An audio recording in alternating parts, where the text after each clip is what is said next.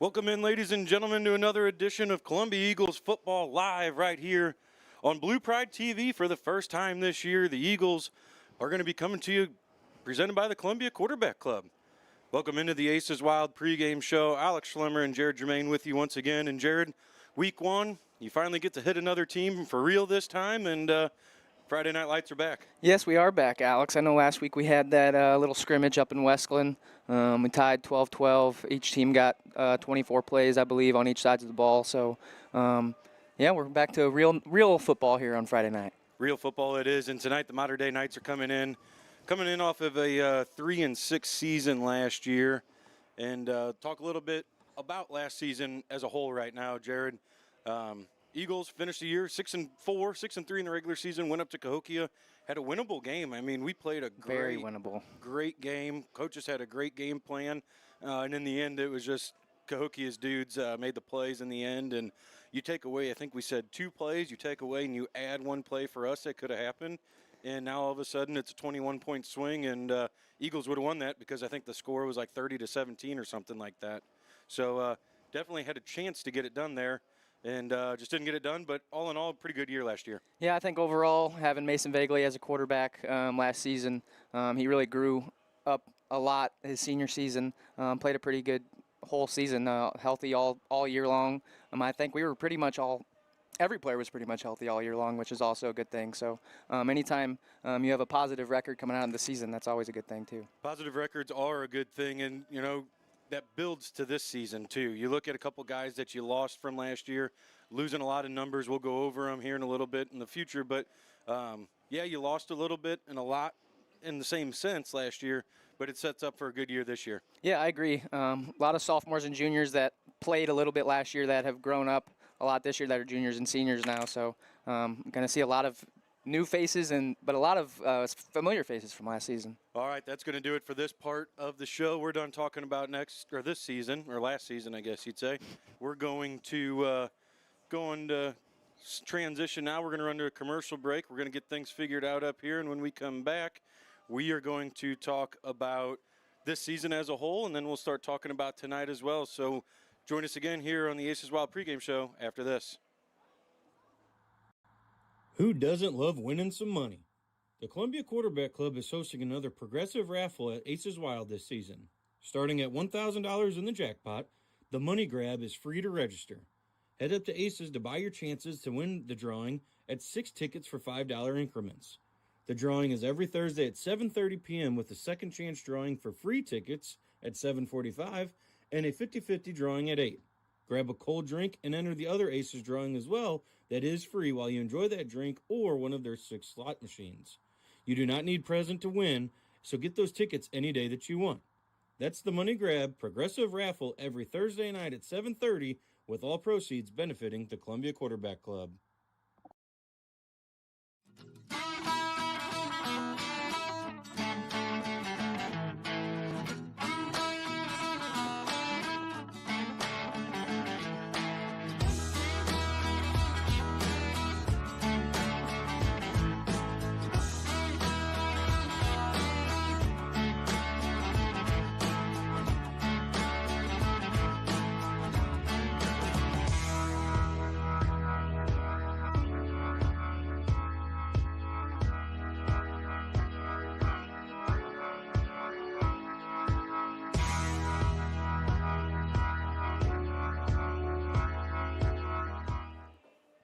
Welcome back to the Aces Wild pregame show.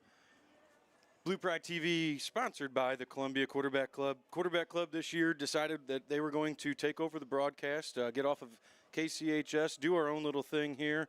And, well, we've got to see Josh's ugly mug already on this broadcast. So. He's not ugly. It wasn't on purpose, yeah. So we're getting everything ironed out. We thought we had it ironed out. Last year it took us 3 weeks to get it right. Yeah. So we're doing better other than you had to look at Josh. How about the first year we did it?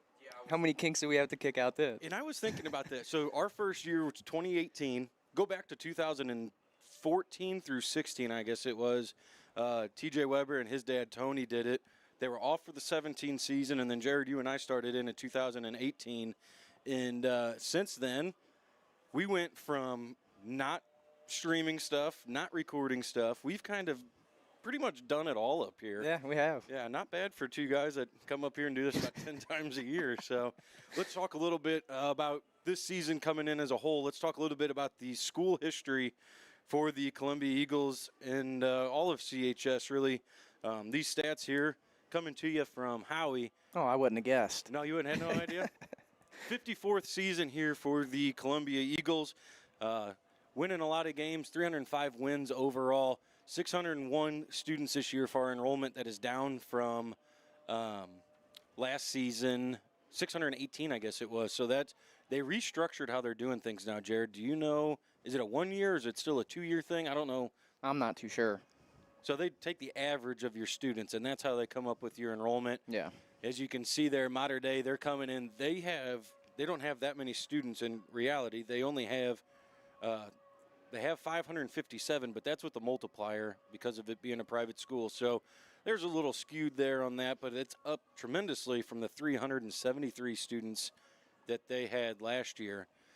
You look at last season, Eagles victorious 35-0. I'll never forget the play with Cam Janik as he had a grown man run to start the game off and kind of set the tone, 35-0. But in all reality, Mater Dei gets the last laugh, owning the record. Mater Dei 7 wins to the Eagles 2. So pretty lopsided when you look at the history here on this series.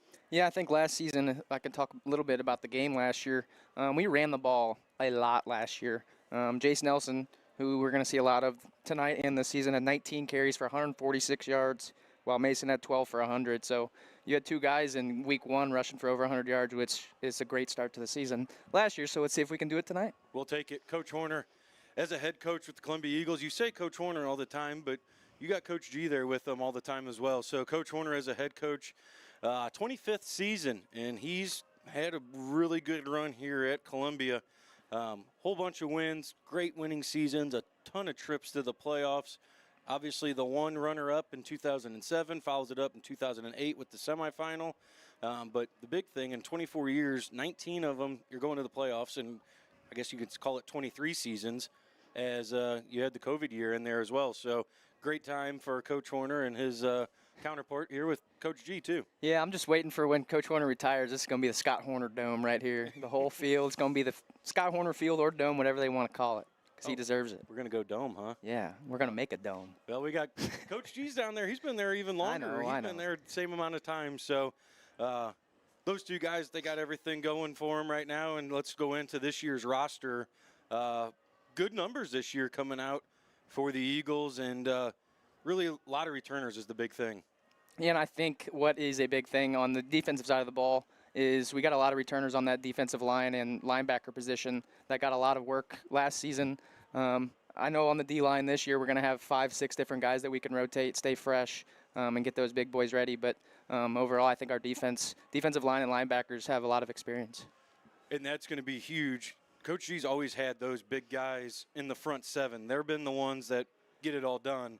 And we'll see how the defensive backs do this year. Got a couple new guys, couple guys who are returning. Or just moving spots. So I think Keegan last year played a lot of linebacker. I think tonight we're going to see him play a little safety. So guys are going to be moving around a little bit. Moving all over the place. Yep. I kind of like that.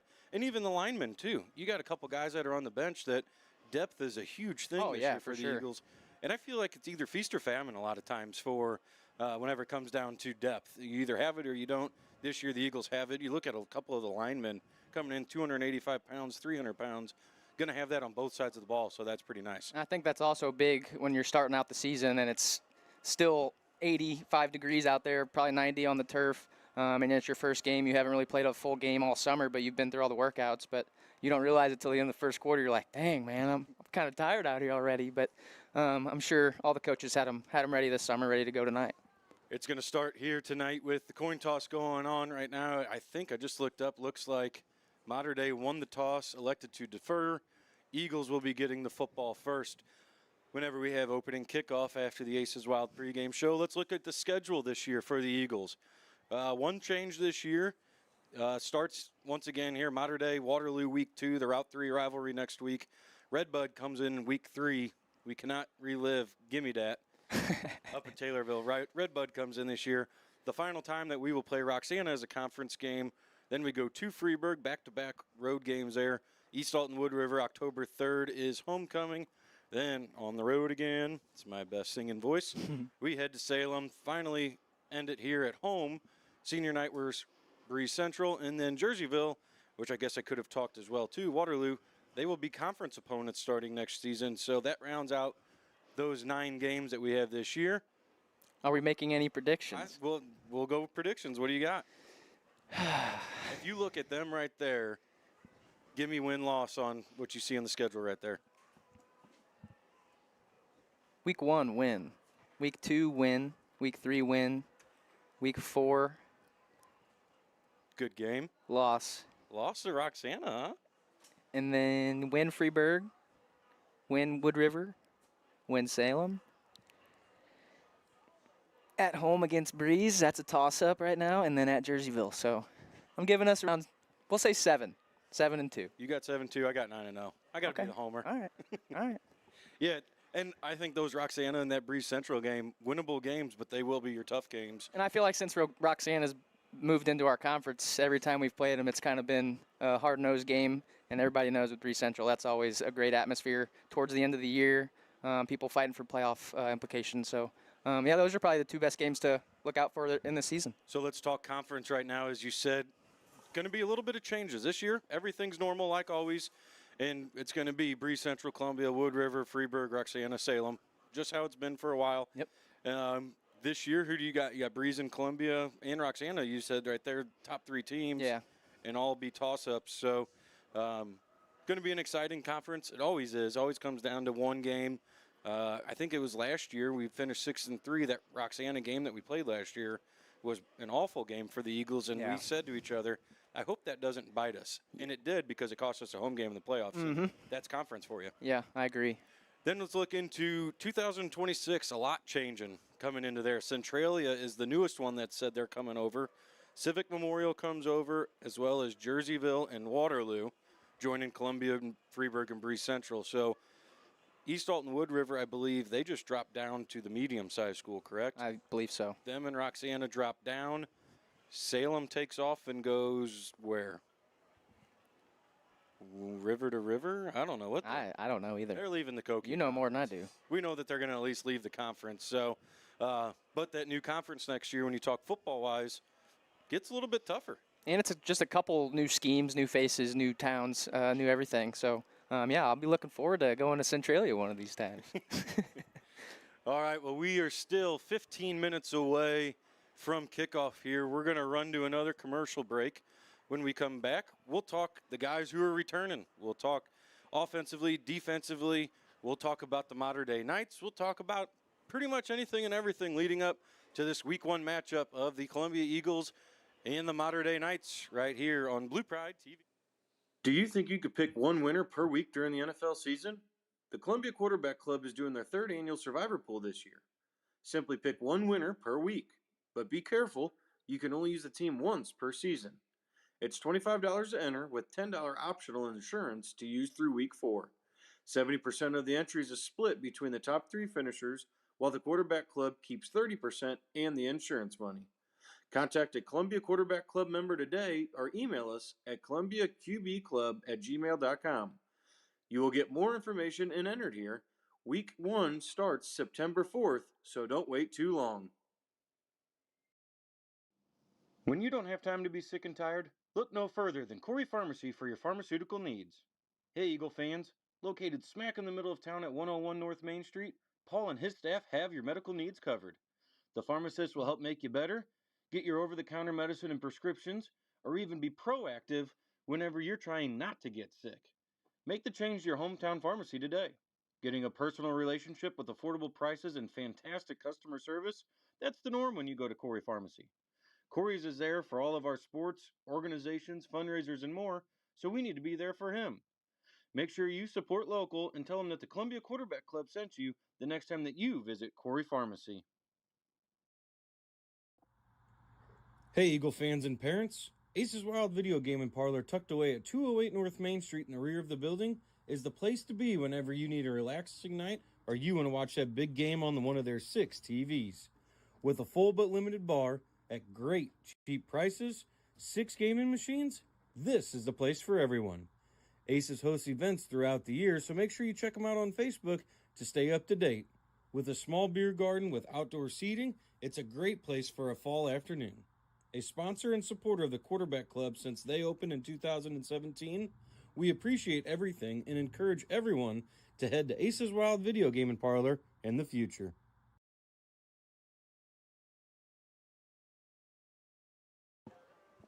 Welcome back to the Aces Wild pregame show. As you look at the screen right there in this week 1 matchup, 2 new things this year.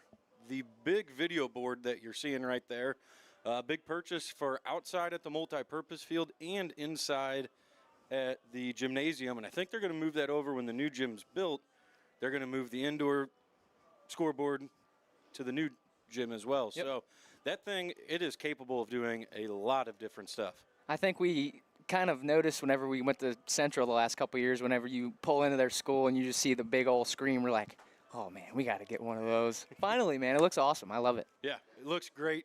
Sponsorship opportunities for everybody in town or wherever you may be. If you want to be a sponsor, go ahead and look at that QR code. I don't think it's going to work on the screen. That's all right, TJ. You tried. No, you got this. He's going to try it. Oh, look at that. He got it.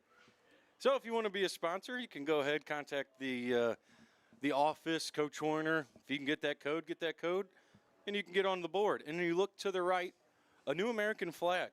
The old pole, I think it's still up there.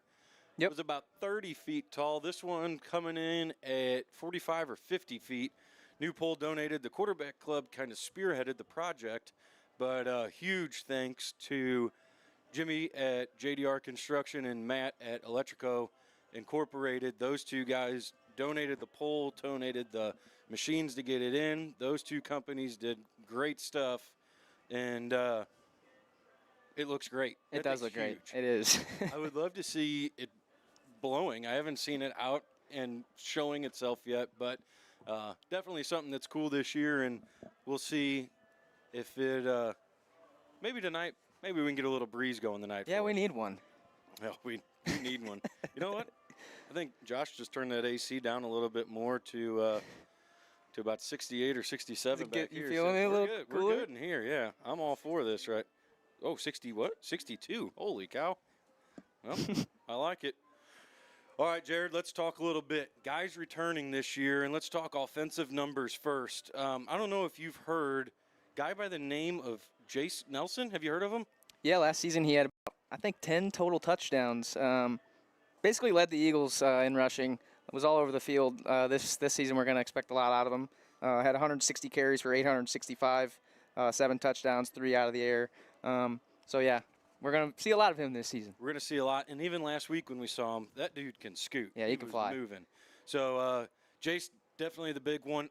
What I'm impressed by, the 5 offensive linemen coming back. Yeah, and I think last week we kind of saw a little opening to where they looked pretty good on both sides of the ball. I said it earlier too, but I think having 5, 6, 7 offensive and defensive line guys that you can rotate is always a plus side. New signal caller this year for the Eagles, and Xavier Vagley, the sophomore, third Vagley brother to come through. He's got to be able to get the ball out to everybody. Yeah, I agree. Young kid, but living up to some a lot of things. Having the last couple years being Vagley quarterbacks, Dom, and then Mason. Now it's X. So pretty cool thing that we've got to watch, but hopefully we can see a lot of out of X. Defensive side of the ball this year, it's going to be a lot of the same names. We're going to be calling a lot, and it's going to be led. Cooper Wyke, I think, is that linebacker, can put his hand into the ground as well. He's the one that's going to be exciting to see this year. Yeah, both sides of the ball, we're going to see him a lot more. I know he only played a little bit of offense last season, so it's going to be good seeing him catch some passes from X this year. And on the defensive side, he's going to be an animal, so I'm pretty excited to watch him. Keegan Thompson's going to be a name we say a lot. Brody Furlow, he's got a motor that's running all the time. Just going to be a lot of names that we're seeing. And, again, the size up front is going to be huge this year too. Oh, yeah, and with Coach Baker coming back, leading those guys up front, that's always a good thing having Coach Baker around. So let's talk about predictions tonight. Talk to one of the modern day. I don't know if it was coach, if he was media. I'm not really sure what he was over there, but he said modern day tonight. They're coming back off, like we said, a 3-6 season, and they're pretty young this year. So What have you heard about this Mater Dei team, or what do you expect out of this Mater Dei team? I know they're going to be running spread offense. I think they're going to do the same thing they've been doing the last couple of years with the spread offense. So we're pretty prepared for that. I think we get a little scared whenever guys start getting in tight and we see tight offenses. But, yeah, I think we're going to see, like you said, a young team, but on the road, week one, should be a nitty-gritty one. When you look at what they did last year, I don't remember. You got the stats there in front of you. Did they put up a bunch of yards? Did they do anything really extravagant? Or do you remember off the top of my head? Oh, your head. You got the memory. Not really. I want to say they never really crossed midfield for a long time. I know it was 21-0 at half. Yep, 21-0 at half.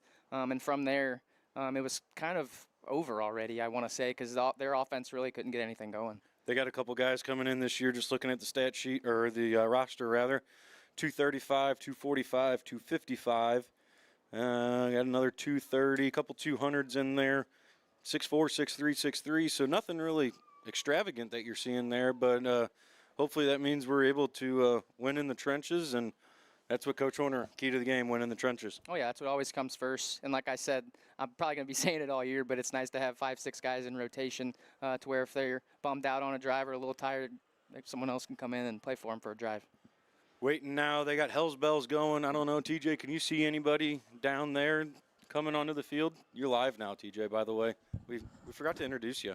No, you're fine. Well, if this giant windowsill wasn't in the way, I could probably tell you. But no, I don't think they're coming around the corner just yet. Well, they're not coming around because they're still full from their pregame meal that they had today. Let's talk about that.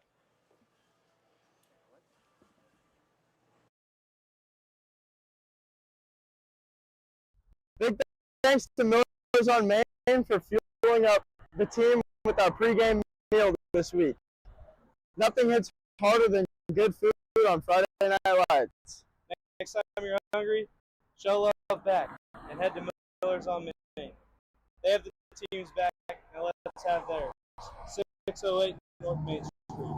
Thanks, Millers. Thank you, Millers on Main, for this meal tonight. And Eagles making their way down now, led once again by the American flags. They got the first responder flags as well. Cheerleaders leading them out. Smoke machines going. Friday Night Lights are back. We're back, Alex. It's Eagle football time. It's Eagle football time. Well, thank you for joining us in the Aces Wild pregame show.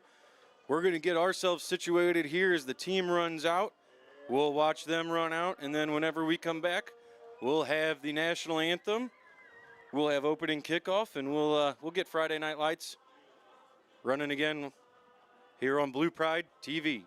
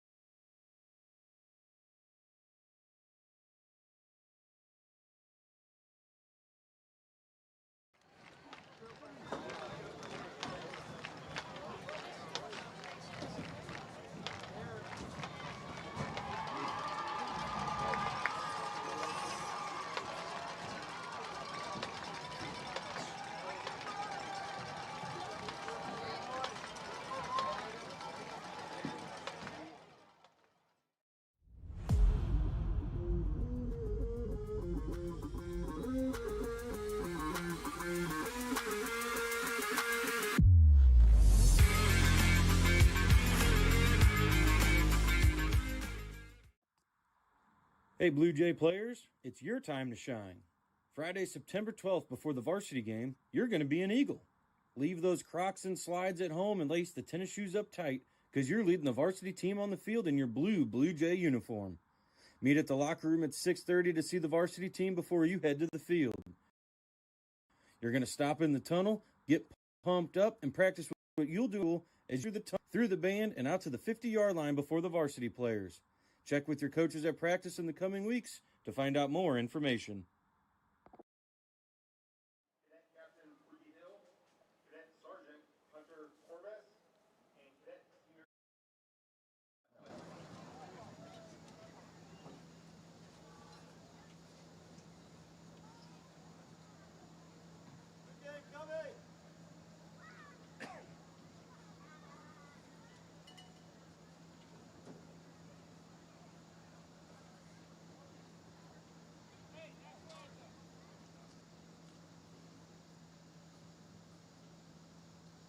Ladies and gentlemen, the national anthem.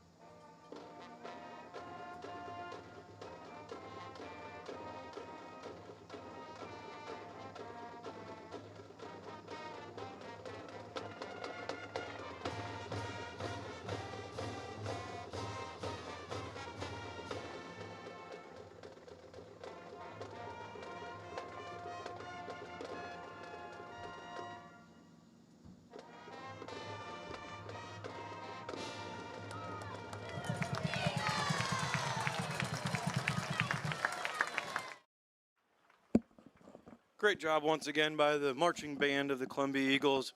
Always a solid national anthem, but that's a song you can't screw up. Oh, You shouldn't you screw shouldn't. up. You You shouldn't shouldn't. screw up. All right, Jared, the final nerves coming in here.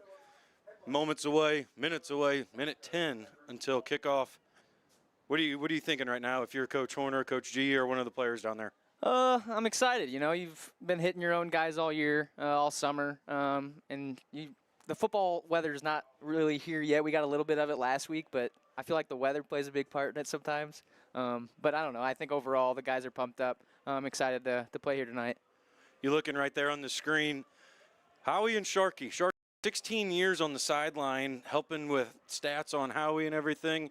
Ran into a medical situation that put him in a wheelchair right now, but as you can see, pretty neat that he's still out here for year 17. We're not sure if he's going to be doing stats, taking photos, but it's good to see Sharky out there on the sideline once again. Oh, yeah.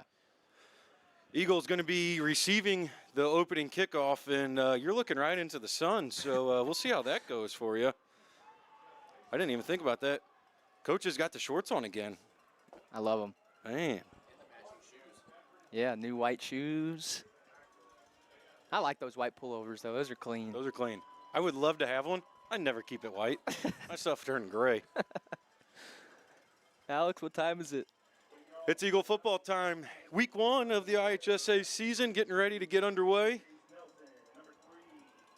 Going to be Jackson Lawal and Jace Nelson, speedsters in the back, and they're going to have a chance at recovering. It's going to be Lawal with it, catching about the 4 or 5 yard line. He's going to get to the 20, runs pretty much up and down. He's going to get to the 24, where he's going to go down, and that's where the Eagles offense led by Xavier Vagley is going to take the field. Looked like Jace wanted that first one there. He drifted over in front of Jackson, but Lawal decided to Sophomore said grab no. that one. Sophomore said, I'll take that. Decent return there, though, start off this drive. So we'll see. Coach Horner is going to have his offense come out in a little bit of a, Well, we saw this last week for one play, didn't we? yeah. I don't know if it's going to be more of a heavy set. What do we want to overload maybe even? Yeah, we can call that. It's going to be Keegan is going to be your quarterback. He's going to take it, run to the right side, put his foot in the ground, Oh, yeah. get up the middle. Oh, yeah. He makes 2 men miss, gets tackled down by the safety on the play. Good for 12, 13 yards and a first down for the Eagles. Great job by the O-line there. Starting off, great hole. But better job by Keegan. Put his right foot in the ground, get upfield, pick up first down. Same formation once again. Ball still on that left hash. Good cutback there as he saw a hole. Mater Dei's got everybody up at the line of scrimmage minus the 1 safety. This time it's going to be a play action. Tries to pass. Going to be a run, though. Gain of 3. That's a good thing about Keegan. He's got that ability to throw. Looked like Jace went out for a kind of just a little flare route or a little out route there, but Keegan didn't want to throw it, decided to put it down, still gained almost 4 yards, so positive yardage there. 2nd and 6. Xavier still over here on the sideline. Same formation, ball in the middle of the field. This time it's going to be Jace. He's going to try to get to the outside. Bull rushes the tackler and is only going to gain a yard, 3rd and 5. Looked like that one was almost trying to be like a little outside zone with Jace, but no one really got to that outside linebacker there, so he had to try to make a miss, but only gained a yard. Cooper Wyke and Brody Longroff come off. Jackson Lawal and I think it was Xavier. He came on. So now we're going to be a little bit more of a traditional look. Doubles to the left side. Single receiver out right is going to be Nelson. He's going to be the motion man. Oh, they're going to hand the ball off to him. He's going to make one man miss. X turns into a blocker. He's got a first down. He gets over to modern-day territory. He's down. Going to be 48-yard line. Good for another Columbia Eagles first down. That first down and all first downs are brought to you by Joe Bacardi's.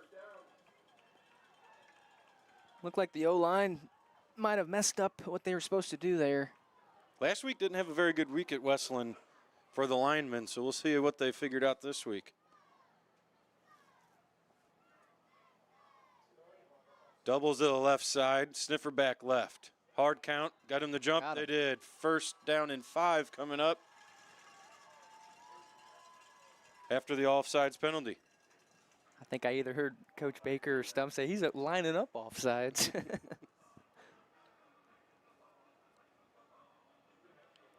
You got Cole Dreher doing the music this year, and he figured it out. Usually just plays random songs, but on the penalty, he actually played Breaking the Law. So he might have it figured out this year. Doubles the left side. Going to be another run to Nelson. He's going to get behind a couple blockers. I love it. And it's going to be good for another 10 yards. 1st and 10 down to the 33-yard line. Under 10 minutes to go here in the first quarter. I think last year's Jace Nelson tries to bust that outside to the left, but keeps his head down. Vertical, getting a great first down there. Great first drive here by Columbia Eagles. Coach Warner talked about how these seniors were sophomores, got thrown into it, had a 2-7 season, and just kept getting bigger, better, and stronger, and they're excited for their senior year. Doubles the right side bunch. Going to be a handoff up the middle. Great play action, though, to the left side, and it's going to be Nelson again. Gain of 11, another first down. Love that play call and great job by Vagley to kind of carry out that fake to Lawal. Made that linebacker on the other side have to fly to Lawal and make sure he didn't get the ball, but great job by the O-line as well. Another first down for Columbia, brought to you by Joe Bacardi's. Joe Bacardi's gave the volunteers the meals up here today. Had some Raphael pizza, some Joe Special, wings, ravioli. I was starving when I got up here.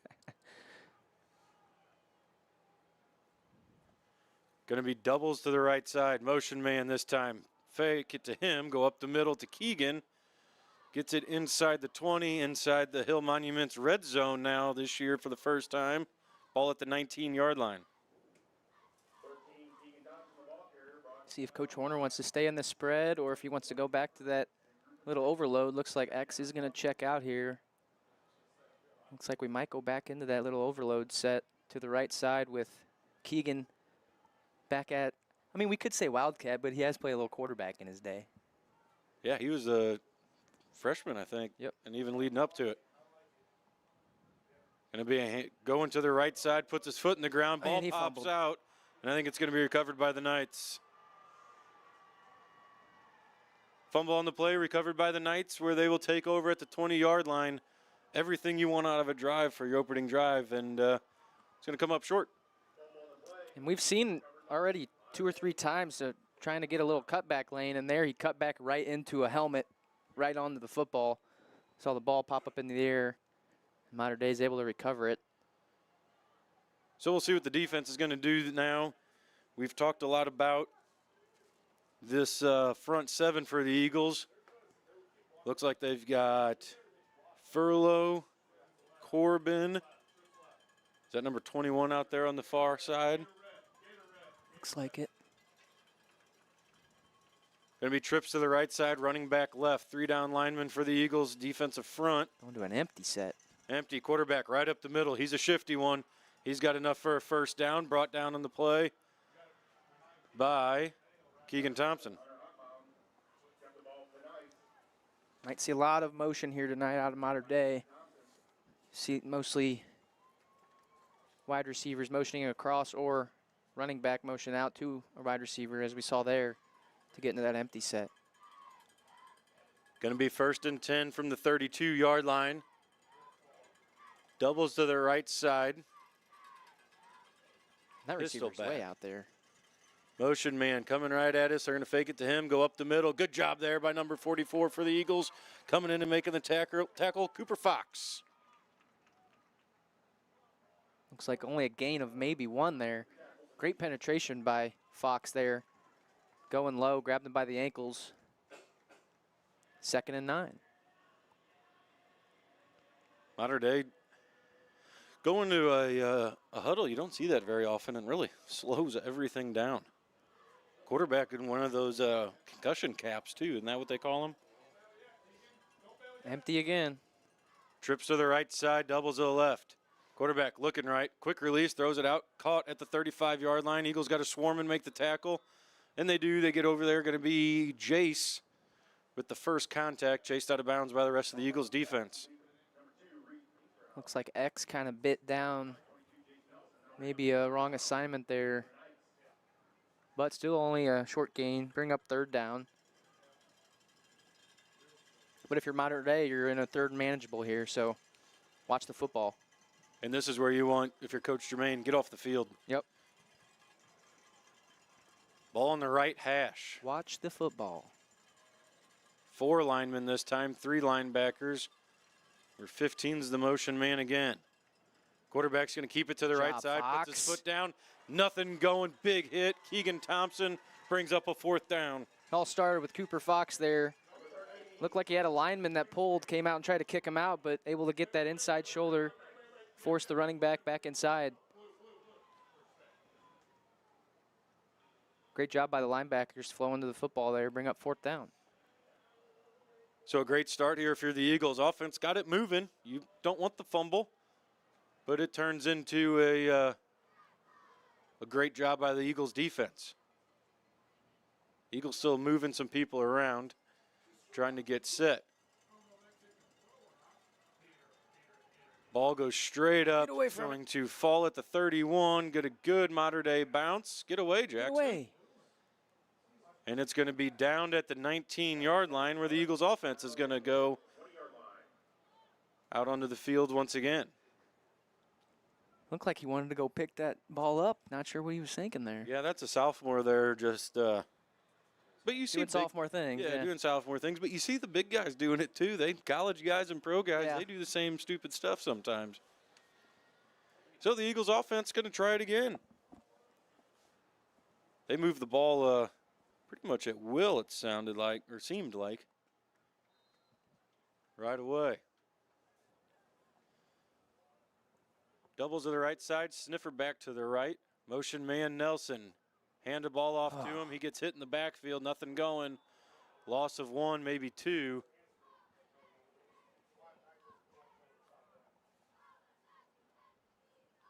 Really nothing going from the start on that play. Yeah, it looked like Dan Quivereau had somebody across his face and wasn't able to really get back. Kind of made Jace had to cut it up a little bit, but no gain on the play.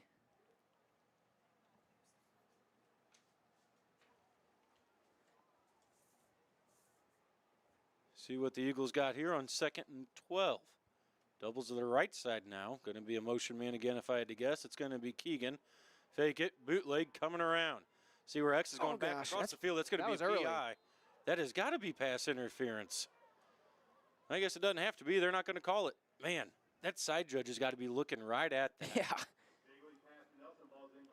I guess that's just not his unless they were look. I don't know. Or unless they were saying it might have been uncatchable, or, but I mean he had the ball hit his hand, so that was definitely catchable. And definitely pass interference that they missed. That's a tough one. Cruz Corey coming on now. Somebody's got to come off. It's going to be Number 21 for the Eagles. Who is that this year? Ethan Habermill. Habermill coming off. All right. Trips to the right side. Cruz, the big guy, over to the left. Single receivers split out wide.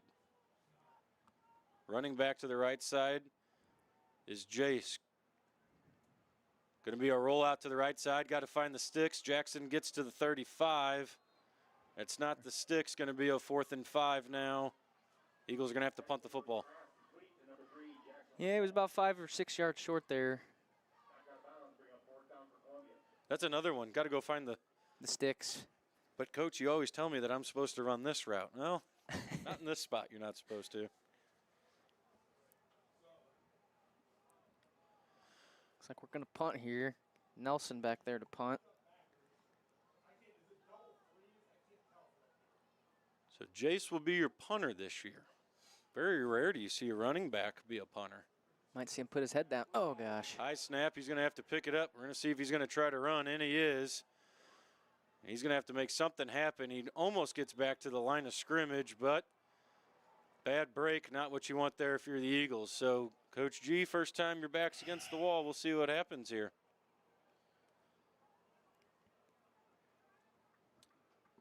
Tonight's game brought to you by the Columbia Quarterback Club. If you'd like to get involved, send us an email, columbiaqbclub@gmail.com. We can get you the information that you need.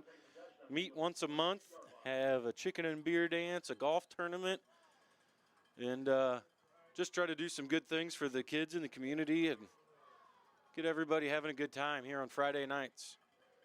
Little trips left here. Quick now route caught by number 15. Gets job, Coop. Great tackle by Coop there. Gain of 2. Could have been a lot more, though. Yeah, great open field tackle there by 2-3. Look like they're going to be in a lot of trips and empty tonight. It's pretty much all we've seen so far. But you have a fumble on your opening drive and then snap over the head on your punt. It's not too very good drive to start on the season. And you wish that week 1 stuff would be out in that week 0 game, but yeah, you're still only doing a drive or 2. Doubles to the right side, going to motion out of that.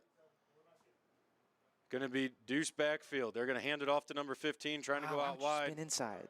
Lost leverage, but good job once again. This time it's Xavier Vagley coming up, making the tackle, and like you said, spun the wrong way. Yeah, if he would have spun the other way, it would have forced him to go back in, but spun the inside way, and that running back was able to get to the outside, cut it upfield for maybe a yard gain, though. So 3rd and 8 here. Bringing some noise?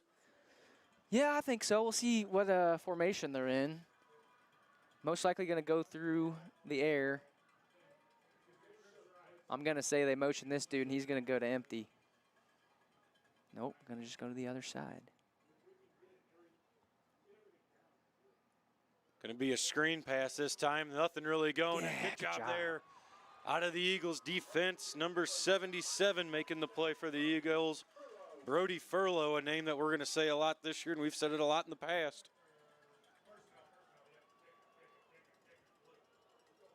Great play there. Now you're out of field goal range.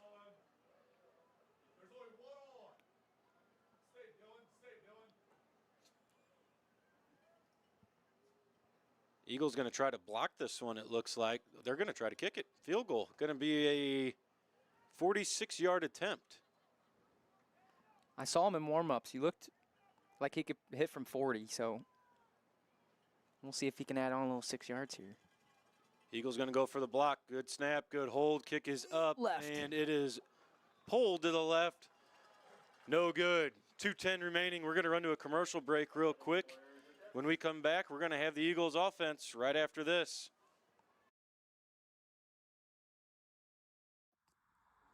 Hey, Blue Jay players, it's your time to shine. Friday, September 12th, before the varsity game, you're going to be an Eagle. Leave those Crocs and slides at home and lace the tennis shoes up tight because you're leading the varsity team on the field in your Blue Jay uniform. Meet at the locker room at 6:30 to see the varsity team before you head to the field. You're going to stop in the tunnel, get pumped up, and practice what you'll do in high school as you tunnel through the band and out to the 50-yard line before the varsity players. Check with your coaches at practice in the coming weeks to find out more information. Eagles offense back out, doubles to the right side, sniffer back right, running back to the right. We're going to run it to the right. Good job blocking that time by the Eagles. He's got the edge. It's Jason Nelson to the 30. Put your head down. 35, 40, lowers the boom at the 42, gain of 22, first down Eagles. Whew. Might have speed. He's got a little power too, Alex.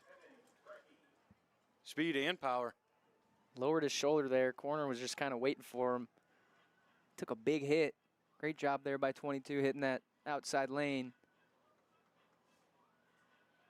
First down for the Eagles. Eagles slowing it down a little bit too. We've always done the spread no huddle, but it's never been really a get up and go. Unless Coach Horner is yelling tempo. Right, yeah. Then you better turn it on.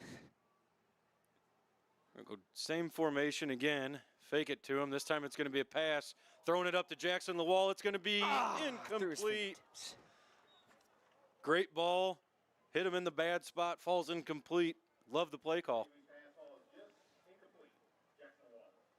I'll say that ball looked better than the one he threw last week in that scrimmage to Nelson on the left side. That wasn't a good one? Not too much of a good one. That was a good ball there. And Jackson's a tough one to throw to. As quick as he is, you have to get it and throw it. I mean, he'll outrun your throw quick and easy. Almost came up with that one. 2nd and 10 here with 1:35 left in this first quarter. Third drive here for the Eagles. No points on the board yet. Doubles to the left side. Motion man. Nelson, fake it to him. He's going to bounce it out to the outside still. Gets to the line of scrimmage. Gain of 5. Penalty flag comes in. Almost looked like the white hat was ready and waiting for that to happen. Flag on the play. Going to be a hold if I had to guess. Looked like Quiverow was the one, flying out there. And it's hard sometimes because, Jace is trying to cut it upfield and then stops on a dime, and that defender's reading where he's going and stops on a dime, so you kind of just flow right into the back of him. And if that was Dane, that's a tough one because he had last year a couple. Jace is so fast that Dane's pulling. Pushing him in the back. Yeah, he can't get out of the way in time. So that's a tough spot for Dane there. And an unfortunate spot. Loss of 10 on the play brings up 2nd and 20.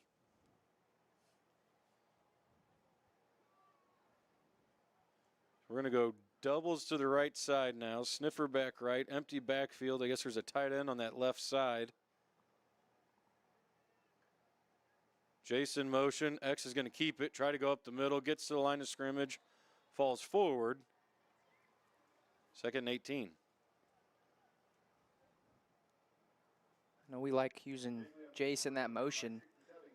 Be nice to put him on one side and the wall on the other if you're in a 3rd and long like this, but you almost want to pick up just enough yardage to try to pin him deep here for 4th down.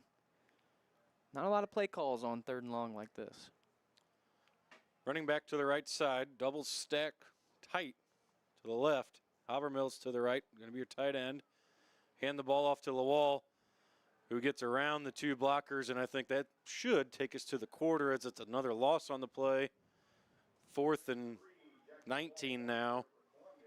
See if the coaches recognize they can run this into the quarter and start the 2nd quarter. Punting it away.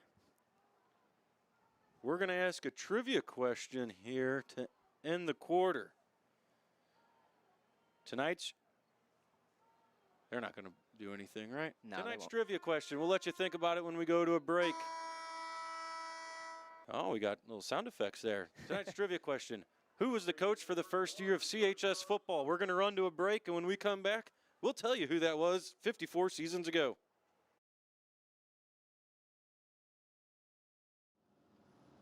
Diamond Roofing and Exteriors answered the call yet again. Give Katie a call for a free inspection and talk to her about your roofing and siding needs. They work with insurance companies with all this crazy weather we've been having, and when their work is done, your house, it's going to look great. Check out their Facebook page to see some of the great before and after photos.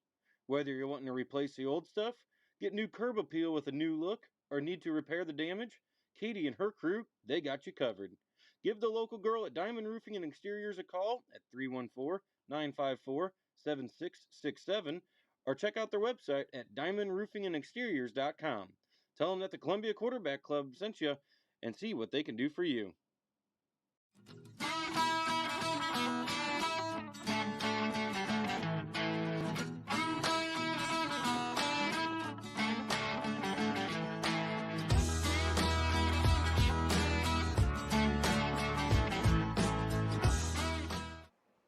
Welcome back to the Columbia Multi-Purpose Field. Who was the coach for the first year of CHS football? Jared, got any guesses? I do not. No guesses. 1972, 1973. TJ, you were born, right? Almost? I'm on mute, but I was almost born. All right. But I don't remember who the coach was. You don't remember? All right. All right, back on mute.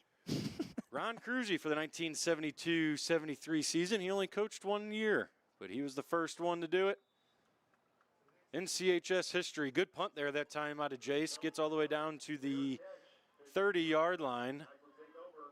I guess the official didn't see that the fair catch had happened there and was talking to number 15. That we've been saying his number a lot. Brett Helms is a 6-foot senior, 180-pound running back, defensive back. He's been all over the place so far. Defense doing their job, Jared. Yeah, doing all they can in that first quarter, forcing a couple punts and just got to get the offense going. I know that first drive we had, we got inside that the red zone, but couldn't get in the end zone because we fumbled and then snap over our head on the punt. So hopefully we can just try to get the ball back in our hands. 15 motion man, make it doubles to the right side. Quarterback hand the ball off up the middle. Good job out of the front seven. A mass of people there. Gain of 3. 2nd and 7. Looked like 72 Dylan Robinson in on that play and 73 Lincoln Corbin. Like Robinson playing one of those linebacker positions. You got play-by-play this quarter, Jared. Why is that? Go for it, brother. Second quarter's yours. Big All right. plays happen when you do this. No. Well, they are an empty. Going to be empty right, trips to the right. Quarterback's going to look to his right, throw a little arrow route. Great job by 44 Fox getting out there first one. Wide receiver spins back inside, only a gain of about 3. Bring up a 3rd down. Good timing route there. Quarterback just catches it, turns and throws all in one motion. 15 there, I was hardly even looking. Ball was in the air whenever he turned around. So good timing there out of the wide receiver and quarterback. Quarterback this year, Hunter Hochbaum, is a sophomore, 5'11", quarterback, defensive back. Showing pretty good stuff so far. Gonna be trips to the left side now on this 3rd down. Running back's going to motion out into empty, as we've seen a couple times. Quarterback's just going to take it right up the middle. Going to get stuck, and he's going to be short, it looks like. Looked like the ref on the other side had him for a 1st down, but on our sideline had him about 2 yards short, 4th down. Good job out of the Eagles there getting up and making that play. Keegan did a great job filling the hole. Looks like they're going to keep their offense out on the field. Trips left here. Watch the football if you're the Columbia Eagles defense. Try to get them jump off sides. Looks like they're going to audible. See if they want to use a timeout here and talk about a 4th and short. Might as well, you got him. Looks like modern day coach over there talking to one of the refs. 4 seconds left. Definitely going to burn a timeout here on this 4th down. Probably send the punt team out. While they're talking about that, we'll run to another commercial break real quick. We've got 9:47 here in the second quarter of Columbia Eagle football on Blue Pride TV.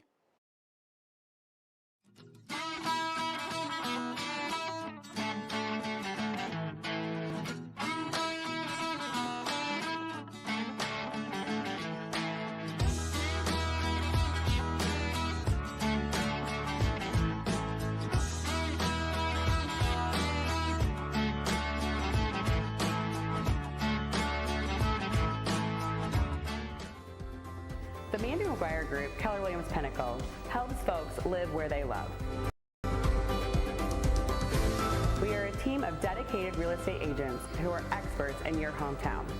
At MMG, we work for our clients not only to sell a house or find your dream home, but also to build a dream community. We work, shop, play, and even volunteer local. We'd love to help you live where you love.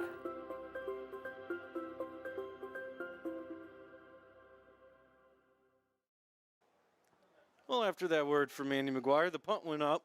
Eagles didn't run away from it once again. Almost ran into it again or got bounced into. But it's going to be downed, and the Eagles offense is going to take over at the 30-yard line. Jared, you're back on. Another great stop there by Columbia defense. See if this Columbia offense can get rolling like they were in that first quarter on that first drive we had to start the game off. Looks like we're going to come out in almost a trips left set. Looks like Muskop going to be that sniffer back left. Looks like Nelson, the lone back in the backfield with Vagley. Vagley's going to take the snap, give it to Nelson. He's going to make a couple guys miss at the line of scrimmage. Great vision there, great feet, pick up 4 yards. Good patience there, too. I mean, he's waiting to let something happen. Then he had to make the move to make something happen there. Good patience out of his senior. I don't know if they did a chop block or what, but kind of blown up. I think it was Furlow was on the ground right away. So I don't know if that was Mater Dei knifing down or our guys just trying to take him out of the play right away. But good job by Jace making something happen. Looks like Lawal's going to be the outside receiver here to the left. Looks like almost 2 up backs. Going to send Nelson in motion, fake it to him, and hand it to Keegan. He's going to almost have a first down, and it looks like almost a horse collar tackle. Big Dane was trying to get out there again. He just a step too slow on him again. Kind of a weird fall there for Thompson, kind of hobbling, getting up after that play. Kind of an awkward fall, but still picks up the first down. He's going to stay on the field. And it looks like we're going to be in that overload set again on this 1st and 10 with, I believe that's Nelson. Nelson's just going to take it. Somebody missed their block, but he runs right past him. Only going to gain about 4. That's just when you're getting away with a guy. Having a guy like Jason Nelson, you get away with things like that. Great job to turn negative play into positive. We'll have to look and see how deep. It seemed like he was pretty far back there on the snap. There's somebody from this left side of the line. I couldn't really tell. I was talking to Cooper last week, and he was talking about one of his teammates had just figured out what one of the calls, he thought the call was a play, and Cooper's like, no, that's a direction there, brother. Like, oh, I never knew that. They're going to run the same play, but Jace is going to decide to go to the left side instead of the right, where almost all of his blockers are on the right side. Still going to gain, looks like about 4 again. Going to be 3rd and short. Manageable 3rd down here for Columbia offense. How many touches do you think Jace is going to get in a game, whether that be through the air or on the ground? I'm going to say it needs to be 20 plus. But got to stay healthy full season. Try to get some other guys some touches. But here on 3rd down, see if we want to try to get him draw off sides again. He did it in that 1st quarter. Down to 5 on the play clock. X in at quarterback now. Running back either went the wrong way or X turned the wrong way. Still going to pick up the first down, though. X tried to give it to him 2 different times, and he still didn't take the ball. The 3rd time is a charm. Took it there, first down Eagles. That's such a helpless feeling when you turn around and nobody's there. Then he tried to do it again. He's like, oh, I guess I'll take it. Who ended up getting, was it Keegan on that? Yeah, it was Thompson. Good job there. The lineman making everything holding up. And if you're a Mater Dei coach, you got to hate that. Oh, you man. got to play blowing up and still getting out there. Good job there, though, by the Eagles and Keegan and X. X still at quarterback here with, looks like Nelson back at running back now. He's going to get the snap and hand it right to Nelson. He's going to go to that right side and kind of get blown up back to the line of scrimmage. No gain on that play.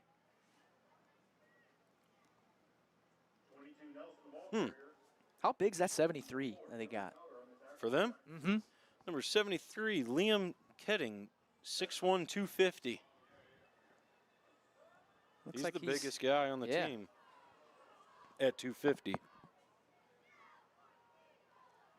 Eagles going to be in the same formation, 2nd and 10.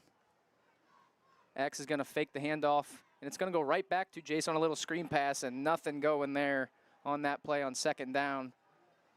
Loss of about 4. We'll bring up a 3rd and long now. Great job. There's a blitzing middle linebacker came in there. Good job by the lineman picking that up. But nothing going after that. And it looked like no one really bit on the run to Jace. They kind of just waited to see where he'd go. He only went a yard or 2 downfield, and they were right there, tackle him right when he caught it. Only one deep ball so far here tonight. We still got 5:15 remaining in this first half. But with only having one deep ball, I'd like to see if you can spread it out a little bit more. So 3rd and long here. Going to be a straight snap to Jace and nothing going again.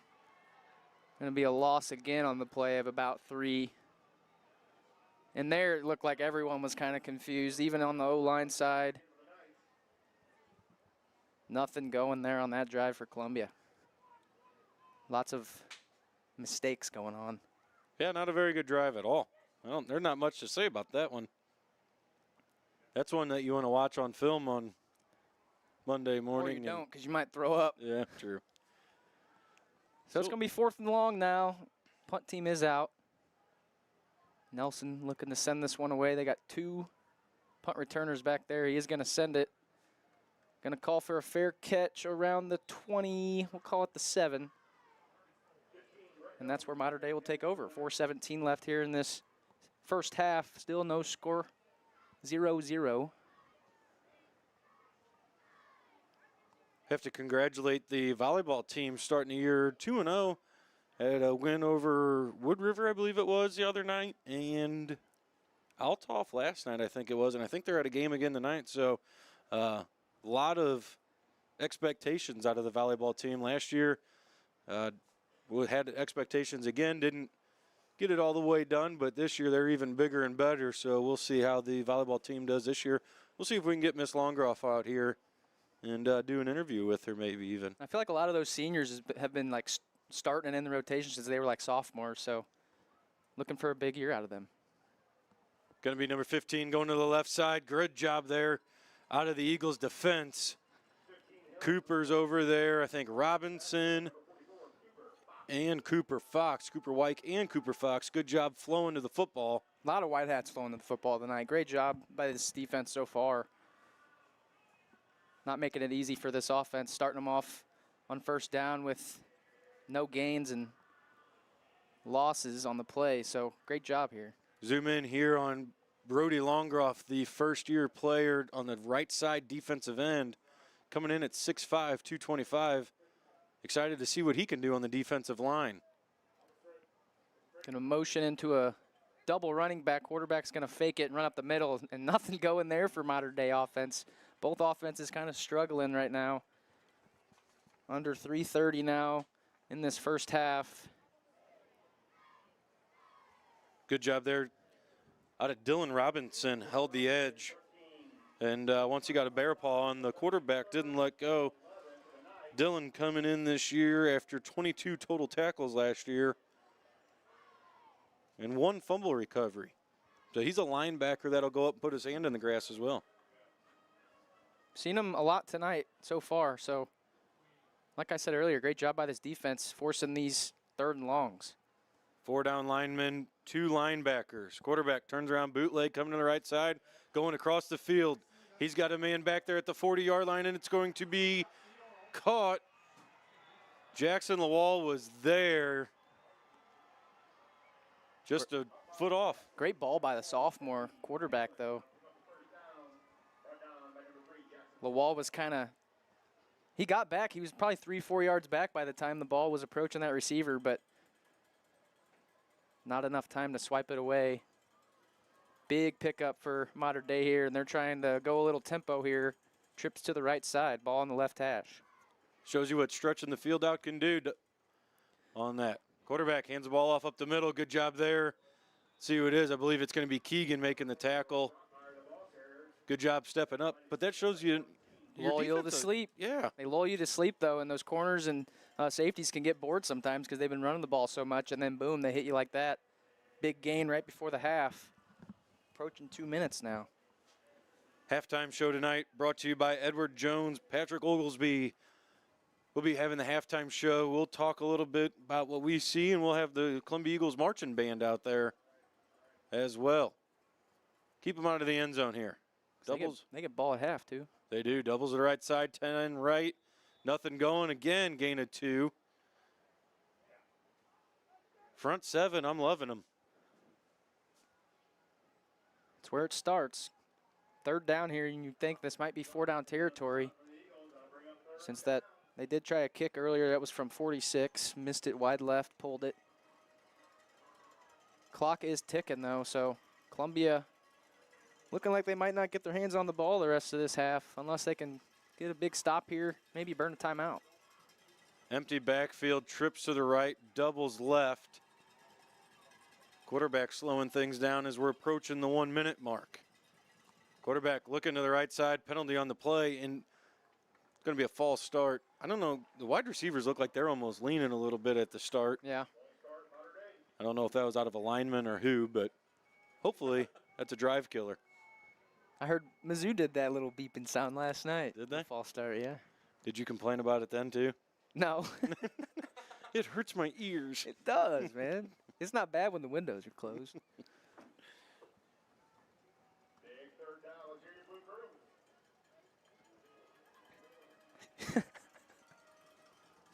Patrick was wanting the blue crew to get going, and it didn't happen. I don't even think anybody moved. All right, third down here. Bootleg to the right side, going to the middle of the field, and it's going to be He caught. jumped too early. Again, this time 5, bunch of contact. Fumbled! He fumbled! Nope, he's down. Oh. Down at the 1 foot line. It looked like Keegan Thompson was there, just jumped a little bit too early. 34 seconds here. I believe Mater Dei still has 2 timeouts. Clock is running. 30 seconds now. They're just going to try QB sneak, and it's stuffed. Nothing going. No gain.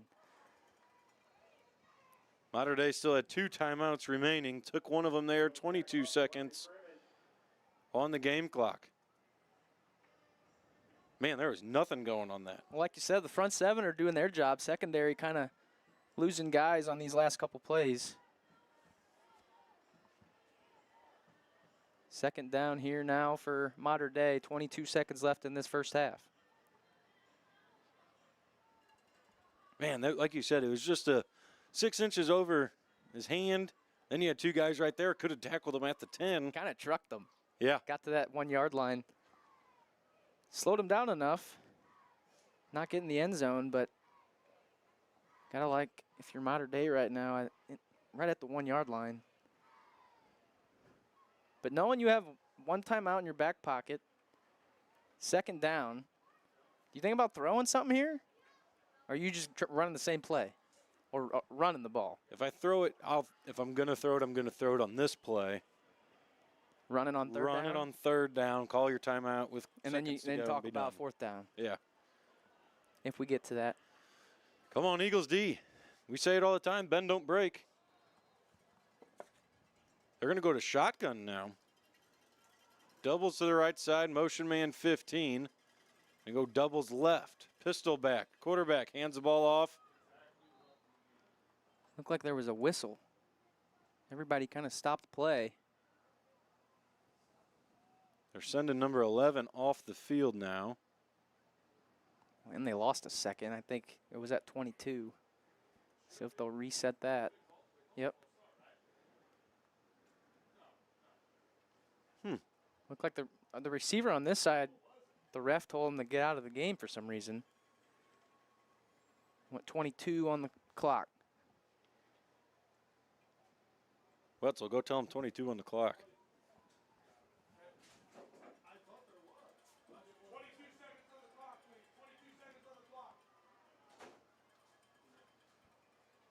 They got it figured out now.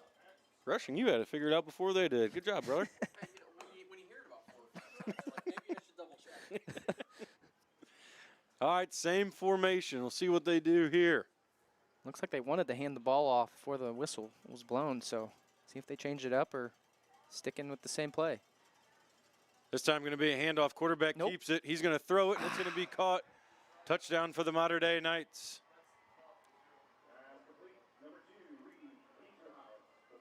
Man, that's tough on X to get from a safety position all the way over. I love the play call there, though, by Mater Dei. Great fake by that quarterback. Had a couple guys try to tackle running back, spins out of it. Has a guy coming across the field, which is so hard to guard, like you said. A guy like X who has to roll all the way down. Just a couple yards short. 6-0 here. Gonna do a little pull cat, probably bring them back in. Yep.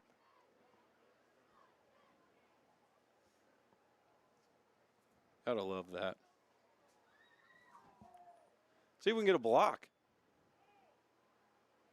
Eagles coming at him. Got It's it. going to be blocked.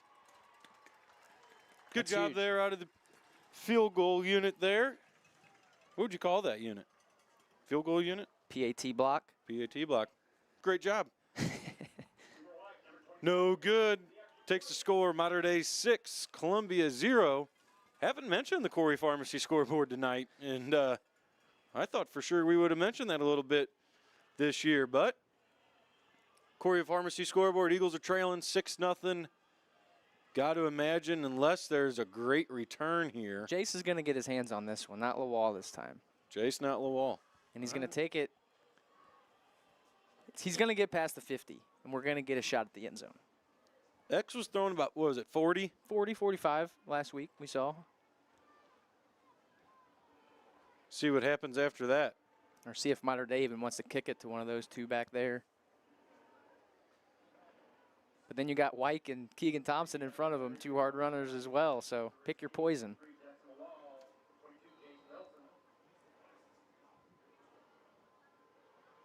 They're going to send it deep. Now it's got to stay out of the end zone. No, And it doesn't. Well, I was wrong. Darn. Jace did catch it. You weren't wrong totally. We'll most likely take a knee here. Well, there's 18 seconds, but you don't want to risk a fumble like we had in that first quarter or anything like that inside even the 30, because we know that this kicker's got a decent leg on him. So 2 legs. ha ha ha. TJ wanted to say something. He looked over and saw he was muted, so keep him on mute. Doubles all the way around. Running back to the right side of Vegley. Defensive backs playing about 20 yards deep. Going to be a quick out route to Keegan. Catches it about the 25. He gets out of bounds and thrown out of bounds. Ow. Get up. Another awkward fall for Thompson there. Good for another Columbia Eagles first down. Only takes 5 seconds off the clock. Cruz, Corey. Looks like Muscop. Staying on. Muscop coming off. Looks like X going to line up. Well, he was looking like he was going to line up at receiver. He trips to the right side, though. Trips right, running back left, ball in the left hash, 13 seconds to go. X looking to the right side. He's going to tuck it, throws it, caught. Lowell, first down, 45-yard line, trying to get to the outside. But he's going to be brought down. Eagles have all 3 timeouts, and they're going to take one right there. Yeah, if he would have gone down right away right there, would have helped you a little bit. Yeah, you got 8 or 9 seconds instead of 5. But now you're here in a spot to where you probably can't get it to the end zone here. Was that our first timeout or second timeout? First. Yeah, because you could have used 2 plays there to take a shot. But I think now. Yeah, even if you'd have just got another 10 yards there, give you the 45. Yeah, and just throw it in the end zone, yeah. Let him throw it up now. I mean, you get a PI or something crazy. Yeah. Can't go to the half on a penalty. Is that a spot foul? I think it's only 15, yeah. Let us know where you're listening from. Saw today on Facebook and YouTube there was a bunch of people getting the word out. We appreciate it. Keep passing on how to watch on the new stream. 143 people currently watching. Comment on the page. I think Josh will figure out how we can see your comments, right, Josh? Yeah, we can totally. We can do that. All right, cool. Such a nice guy, Mr. Rushing. Trips to the right side, empty backfield, doubles to the left. Only 3 down linemen, 3 of them are rushing. Caught, this time by Cruz. Clock runs out. But another good moving the football again. We've moved the football twice, and Nothing to go, so now we enter in to the Edward Jones halftime show. We're going to run to a break, get things situated, get the band onto the field, and we will be back with the halftime show after this. Tiny's Tavern and Grill is proud to support the Columbia Quarterback Club once again for the 2025 season. A local favorite, they're celebrating their 50th year in business this year. Located at 602 North Main Street, enjoy the best beer garden in town on a cool, crisp fall afternoon. Enjoy a regular domestic drink or maybe even a German-inspired Pilsner. An American restaurant and German-inspired tavern, the famous Tiny Burger, trashed wings, or Millie's Chili is something that is an everyday favorite. If you're wanting something different, try the schnitzel or some of the old-school recipes from Everhart's from back in the day. Tiny's is always there to donate food to the players or make some food for our game day volunteers. Head to Tiny's at 602 North Main Street and give them a try the next time you're out and about.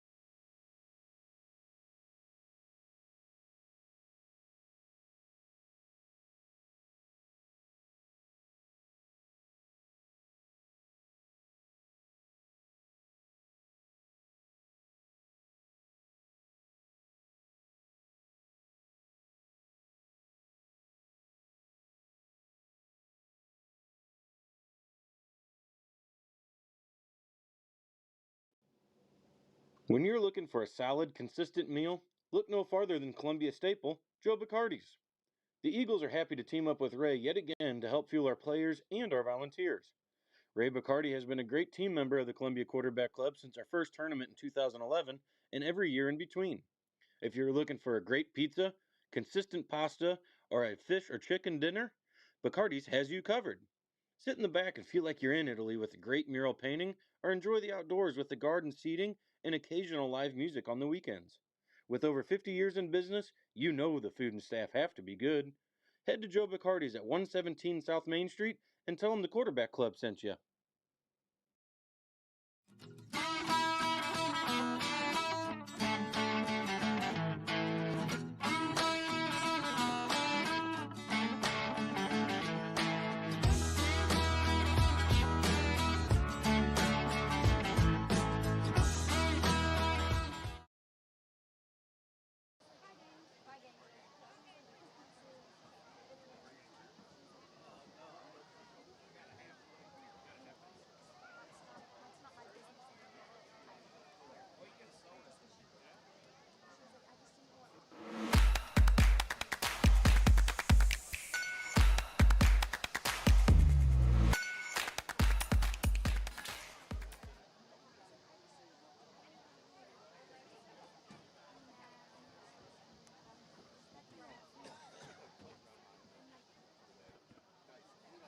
Welcome into the Edward Jones halftime show. The CHS marching band is on the field. They're ready to rock and roll. Drum majors getting everything going. We're going to send it to the band and let them do what they do best.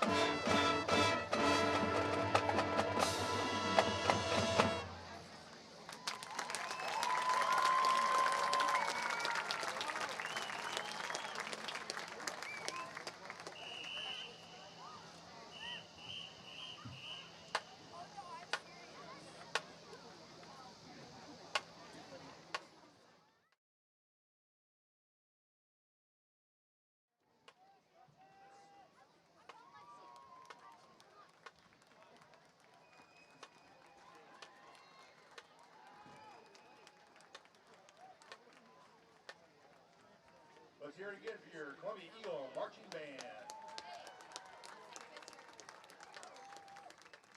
Hill Monuments is your place to go when you're looking for a hometown memorial plaque. For 16 years, Hill Monuments has helped you with bronze and granite memorials. They do everything to memorialize your loved ones, from pavers, laser etching designs, and sandblasting. They can create anything you imagine on a stone. Maybe you're wanting one of those cool new address markers. They can do it. Maybe you need to dedicate something special for that person in your life. Make a nice little touch for a great centerpiece. With a quick turnaround of 6 to 8 weeks, you won't be waiting long. Give Hill Monuments a call at 618-281-3846 to talk to them about your next masterpiece. When you don't have time to be sick and tired, look no further than Corey Pharmacy for your pharmaceutical needs. Hey, Eagle fans. Located smack in the middle of town at 101 North Main Street, Paul and his staff have your medical needs covered. The pharmacist will help make you better, get your over-the-counter medicine and prescriptions, or even be proactive whenever you're trying not to get sick. Make the change to your hometown pharmacy today.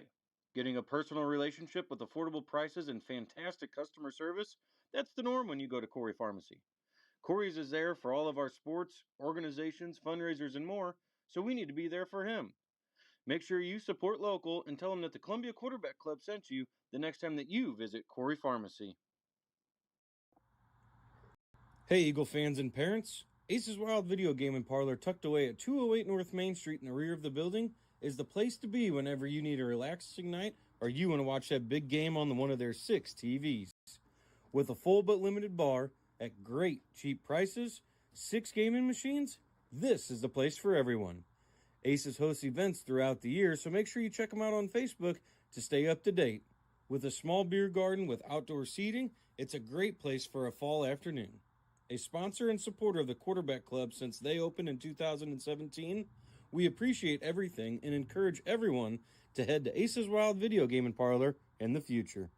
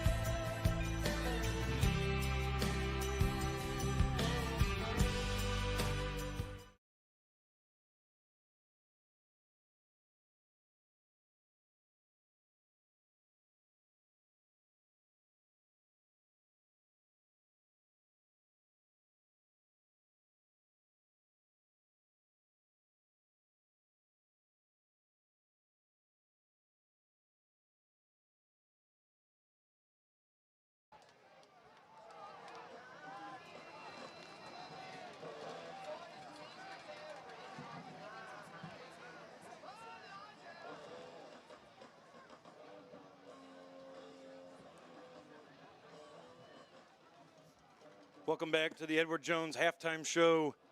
Still a couple minutes here to go before the 3 minutes runs out. Jared, not a very good first half there for the Eagles. I think we could say that for one side of the ball.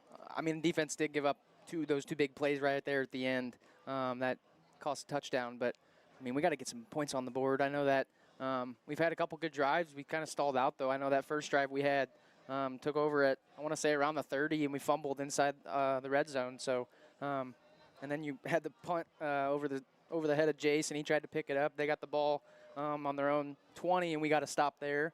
So overall, I think our defense looks pretty good. We just got to try to get some points on the board. And defense, they always say bend don't break, and defense is going to win you games, and you're going to have to get a big stop here on the first drive of the half to keep momentum to a minimum. Yeah, I feel like we had a little bit of momentum there in that first quarter, but I mean, you're not going to win a lot of games when you're not going to win any games when you have 0 points on the board. So coming down to it, I think that's the biggest thing. I think we need to establish something, maybe the run, maybe a couple screen passes, get our athletes out in open space, and not really try to run inside as much. I know our O-line's been trying to open up some gaps for Nelson and guys like Keegan Thompson, but I think we need to get our athletes on the outside edge and just let them run. We tried to get a hold of Coach Horner and Coach Germain, but we're unable to try to ask them what the halftime talk was like, but weren't able to get a hold of either one of them. We have it figured out now. Last week we were trying to figure out the whole phone situation. We think we got it done pat, though, here in week 1. You got any scores on any other games? Usually you're flipping through that. I know there was a little college football on. I know Colorado was beating Georgia Tech.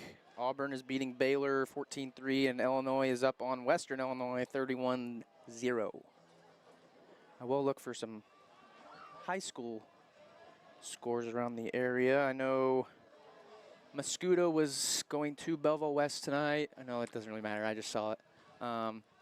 Waterloo is... I looked it up. I can't remember. I know Dupo's going to Bayless, which is a little odd. Had a couple people comment where they were listening from here tonight. Got some in Cuba, Missouri. They couldn't figure out how to do it online, so they just had to send a text in. I had a couple comments here on the YouTube page as well. Got some Mater Dei fans. Got a Bethalto. Got CJ Schlemmer answered the question. I'm assuming he put this in before we gave the answer. He gave the answer. Ron Cruz, he was correct. 13, Keegan Thompson. Roxana playing Jerseyville, up 16-12 in the first half. Keegan Thompson going to kick off and end the halftime show presented by Edward Jones. It's going to be returnable at the 11-yard line. Going to get to the 20, 25, nothing going. Oh, yeah. Good job, good pursuit out of the Eagles kickoff team. Going to start the drive at the 23-yard line. 20, Dark Orville on the stop, finished off by number 3, Jackson Lawal. Jackson Lawal getting the tackle.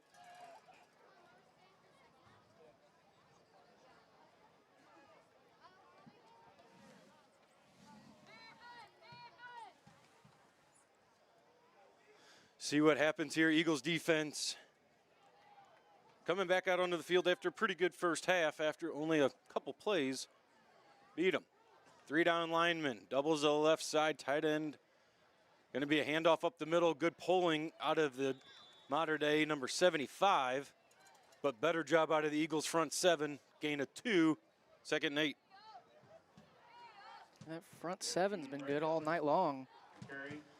Not giving up too many big plays on the run, but like I said earlier, those 2 big pass plays that got them down the field with under a minute left. They were able to punch one in right before half. So see if they can get something going to make it a two-score game, or if Columbia can get a stop. Doubles to the right side, sniffer back left, faked it to him, go up the middle this time. Again, only a gain of 3. Brings up a 3rd and 3. Another good run downhill, and Mater Dei's done a good job falling forward most of the night, gaining an extra yard. Yeah, good job by Cooper Fox there. You've seen him in the mix a little bit. 5'6", 155 senior. Showing he can play a little bit of outside linebacker. Here comes a big 3rd down. See if the fans can get involved here. 10:50 left here in the 3rd quarter. Big 3rd down. Fans trying to get into it. Going to be the same play once again. Yeah. Nothing going. Good job out of the Eagles defense. Keegan Thompson and I believe Lincoln Corbin in the backfield.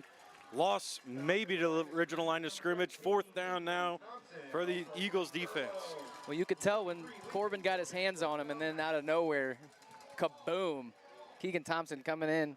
Great hit. No gain. 4th and about 4. Got to watch the football here, though. You never know. Could draw you off sides, pick up an easy 1st down.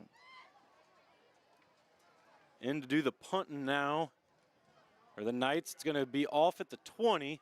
Jace is going to wave for a fair catch and gracefully catches it and falls all in one motion at the 36-yard line. TJ, we haven't heard too much from you tonight. You're unmuted. Welcome to the show. Testing 1 2. Testing 1 2. How are you, gentlemen? What's your thought on the first half? You've been pretty quiet tonight. Well, it's because I've been muted. I've been talking like crazy. Nobody can hear me. Don't put me in control over here. I don't know. You know, we're doing some things good. We're doing not everything great. Back to you. All right. How do you like that intel? Going to be a run to the right side, stretch play. Good job there by Cooper White, just trying to stay in the way. Lead block and gain of 5 out of Jace. Jace is starting 7 yards in the backfield when he's taking that snap. And that's, I know you need some time, but at the same token, that's awfully deep. Yeah. That's a 12-yard run right there if you look at it that way. Looks like White gonna come off. Wall was the one to come on. 2nd and 5. Mater Dei has pretty much everybody at the line of scrimmage right now. Going to be play action. Nope, handoff up the middle. Good job there out of Keegan Thompson. Gets up to a 3rd and 1. 13, Keegan Thompson up the middle. Stop by number 24. See what Coach Horner wants to run here. I know he likes that little overload that we've seen a couple times tonight on some short yardage, but I'm going to keep X in there. And you almost get a little predictable whenever you go to that same formation all the time. So Yeah. I like having the quarterback. Put Jason Keegan both in the backfield with X. Yeah. Pistol back is going to be Thompson, I believe. He's going to run mean up the middle again. Gain of 2. Brings up another Joe Bacardi's 1st down. Eagles got the ball at the 47-yard line. All right, let's see if we can get a little tempo going here, too. You see X walking past the hash marks every time. We're not getting a snap off till under 20 seconds in the play clock, so see if we can get a little tempo going, get Mater Dei on their heels a little bit. Going to be an empty backfield motion man. Jace going to the right side, hand the ball off, puts his foot in the ground. Good vision. Gain of 8, 2nd and 2. Man, he's losing the ball a lot whenever he gets down to the end. I don't really like that.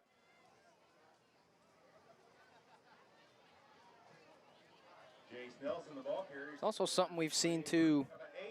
Nelson doing a great job getting his foot in the ground, getting upfield as fast as he can instead of trying to hit that outside zone. Going to bring up 2nd and short now. Looks like spread is going to stay on the field. Trips to the left side with a sniffer back as the inside receiver. He's going to hand it out straight up the middle, right back to Jace. Looks like he's going to have the 1st down. Gain of about 3. Moving the sticks once again. Good job, Eagles now in Knights territory at the 41-yard line. 41 and a half, we'll give it. 1st and 10.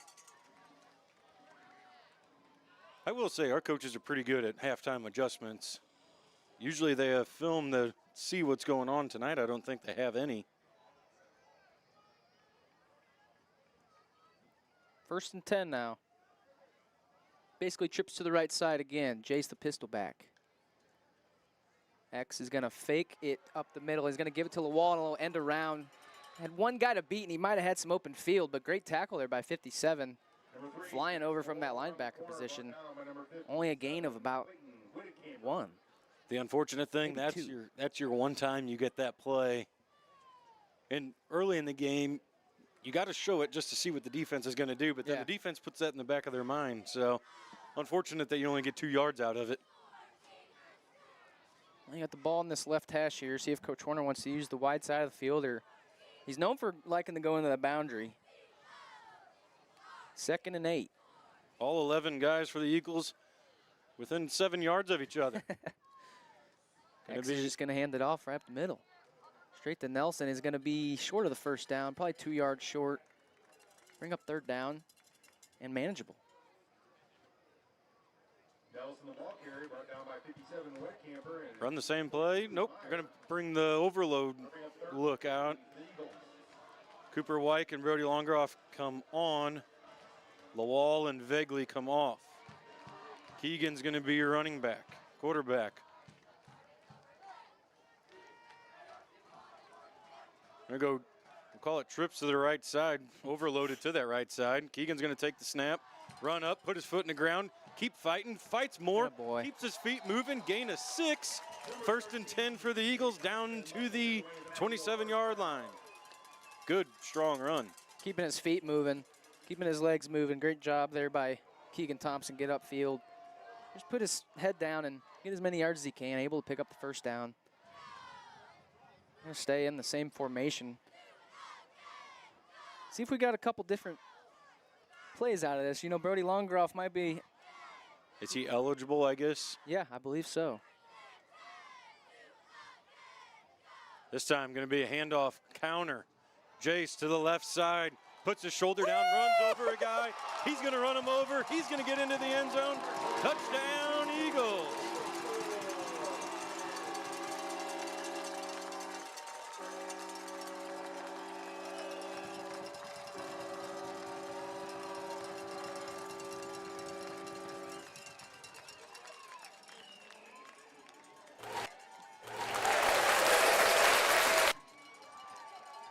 Little applause there. What a run.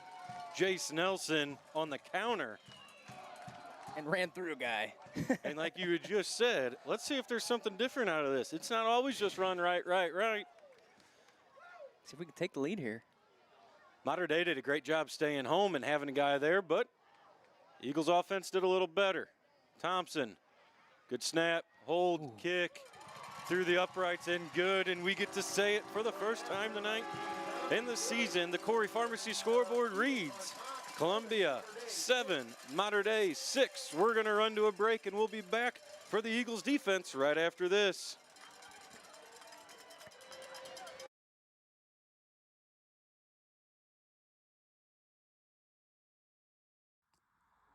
Hey, Blue Jay players, it's your time to shine.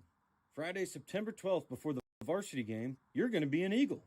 Leave those Crocs and slides at home and lace the tennis shoes up tight because you're leading the varsity team on the field in your Blue Jay uniform. Meet at the locker room at 6:30 to see the varsity team before you head to the field. You're going to stop in the tunnel, get pumped up, and practice what you'll do as you run the tunnel through and out to the 50-yard line before the varsity players. Check with your coaches at practice in the coming weeks to find out more information.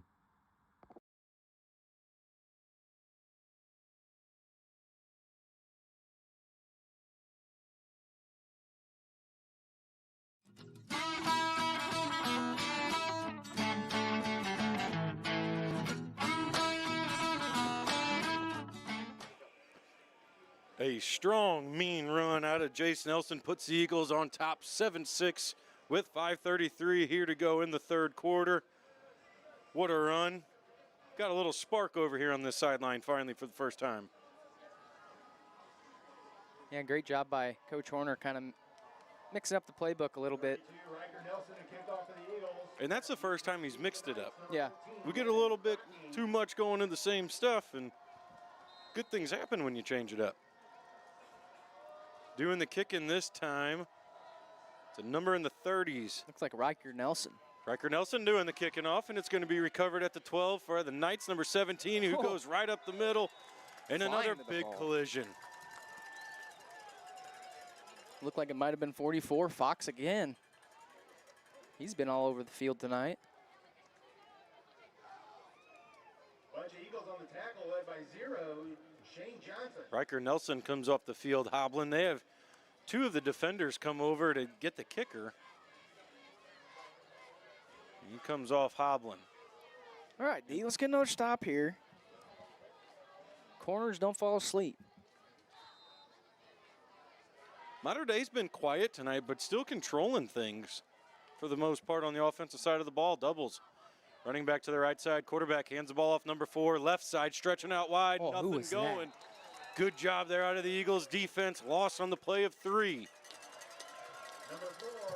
Like Keegan again? Brody?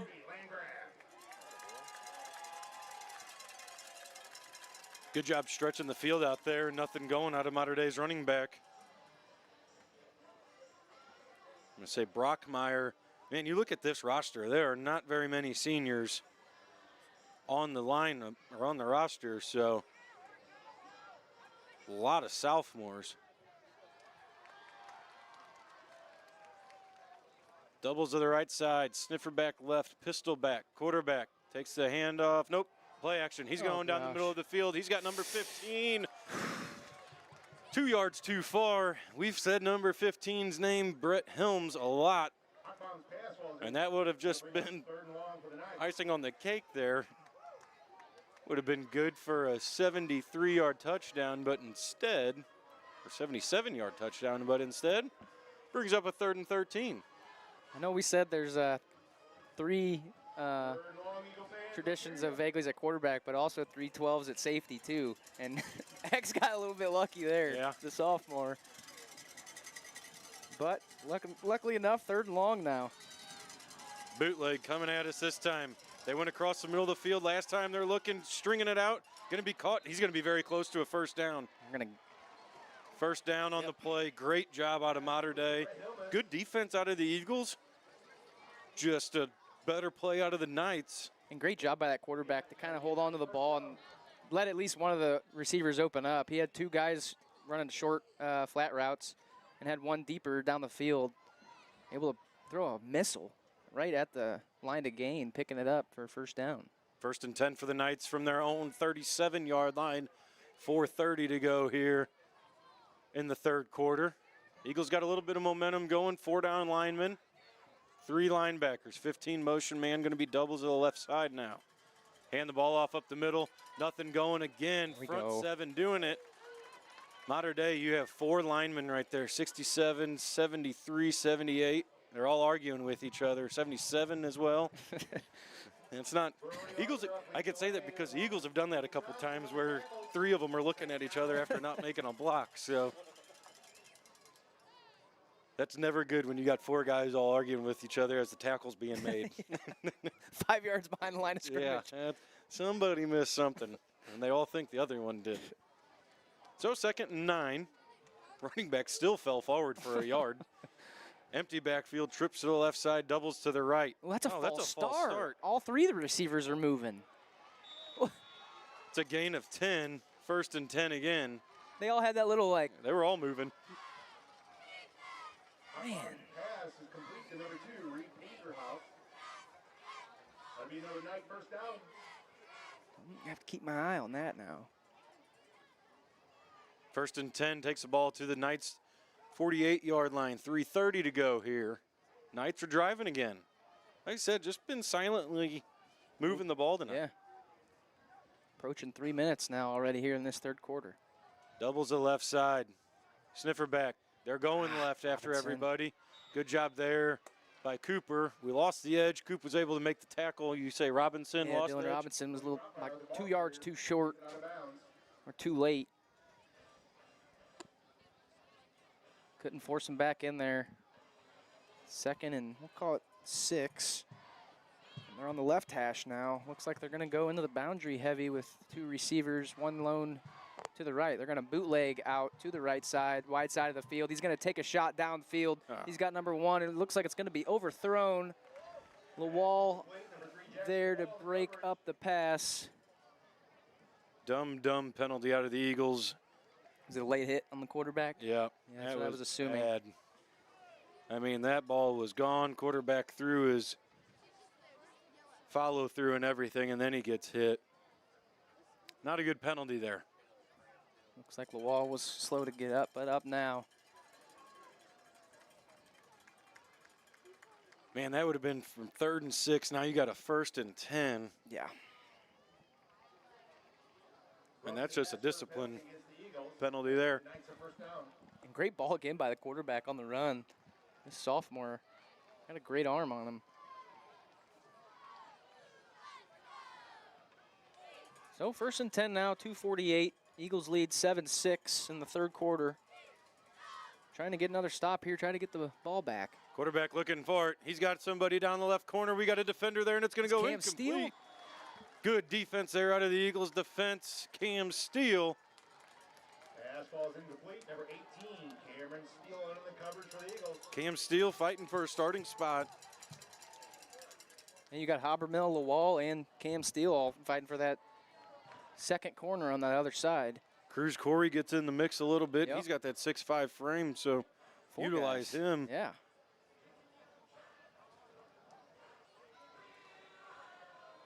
Second and 10 here.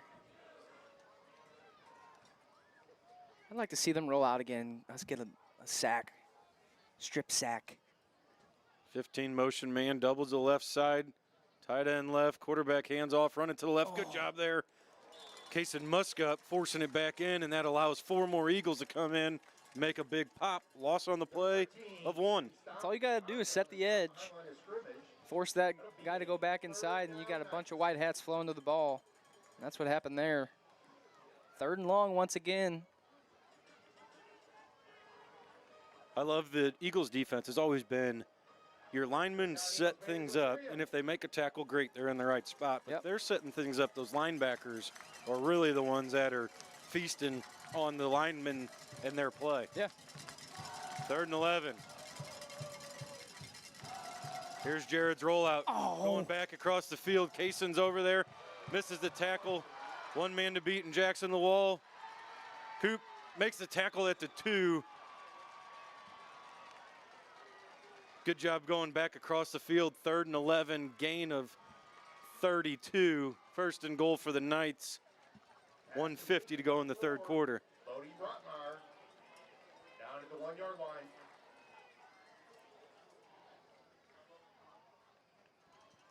Eagles held on tough last time they were down here in this short yardage situation. Quarterback up the middle, going to try to get it. This time they've getting a little push. Stalemate, gain of a foot. They needed 2.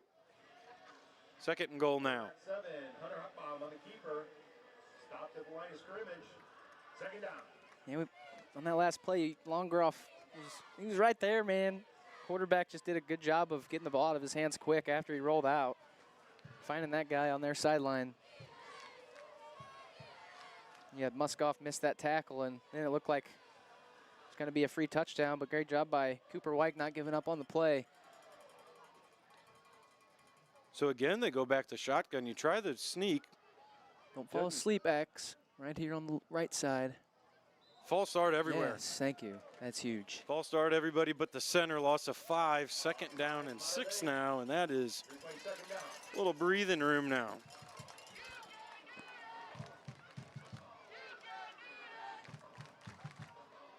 Yeah, we've been really good against the run all night. They probably had 3 or 4 of their big plays all be passes to get them near the end zone. Now we'll see what happens. 52 seconds to go on the clock. What a fumbled snap or a turnover here. Come on. Motion man to the right side. They hand the ball off to him. Good job sealing the edge. Yes. Good job, Dylan Robinson. Like Fox set it up, and yeah, Robinson cleaned it up. Again, you Setting got the edge, somebody. man. Yep. Dylan gets the credit for the tackle, but great job there by Fox setting him up for the tackle. And last week, I want to say at Westland, he was one of the guys that impressed me in that linebacker position because he wasn't giving up on any plays. He would make the wrong read sometimes, but still try to get back in the play. So great job by Dylan Robinson here tonight, flying all over the field, and Cooper Fox doing a great job. Mater Dei does have a good field goal kicker. He had plenty of leg from 46 earlier. If everything would end now, it'd only be about a 25-yard kick. They're going to go for the end zone, though. Quarterback's going to keep it. He's not going to have anything going. Going to be brought down. 4th and goal now. Decisions if you're Mater Dei over there during this timeout here.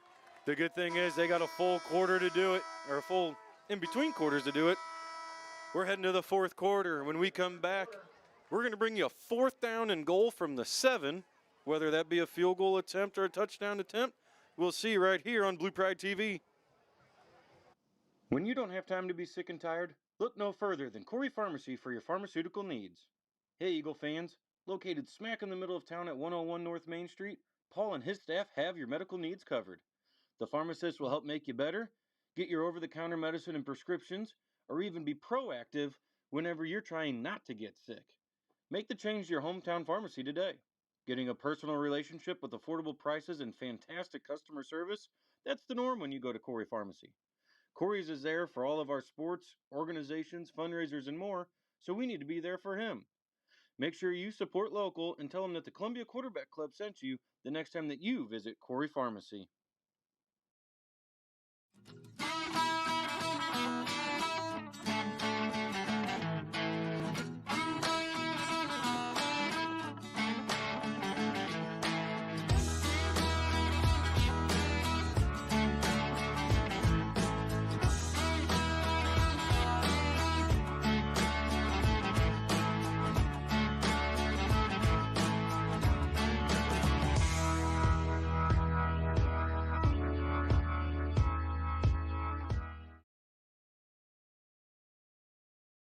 Welcome back for a 4th down and goal from the 7. Field goal unit comes on for the Knights.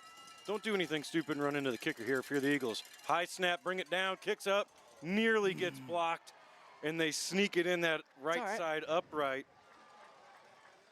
They still have period 3 on the board. So that takes the Corey Pharmacy scoreboard now. Mater Dei 9, Columbia 7. Tonight, the quarterback club is happy to announce that they donated $1,000 to Sharky Clasquin. He put 16 years on the sideline like we were talking earlier. And with the medical situation, bills came up. Quarterback club want to thank him for his 16 years of service down here. And he said he had just bought the scooter that he's in today. And I think he said it was $1,600. So made a difference and helped purchase that scooter for him today. So we talked to him a little bit, said that his recovery is going well, and keeps making. You got to love that out of the Columbia defense there on that last drive, stopping them, forcing a field goal, not letting them get a touchdown there. See if we can get something going like we did on that last drive. Mater Dei number 3 doing the kicking. Donovan Blair sends it deep. I think it was 3. Going to be caught at the 10 out of Jace Nelson going to the left side. He's got a wall of blockers. He's got the edge. He's got the 40-yard line before he's brought down at the 41-yard line. Good field position for this Eagles offense. It almost feels like once he gets 10, 15 yards going, you're like, oh, he could bust one. Yep. He could bust one. That was number 3, Donovan Blair. One of the few seniors on the Mater Dei roster. Done a very good job kicking when he needed to put one in the end zone earlier. He did, and getting them down deep. Again, Mater Dei looks like they're lining up in the neutral zone. Quarterback Thompson lowers the shoulder, runs over a guy, forward momentum, gain of 4, maybe even 5. We're going to call it 2nd and 5 now. Shout out to the chain gang over there again. Same guys as always.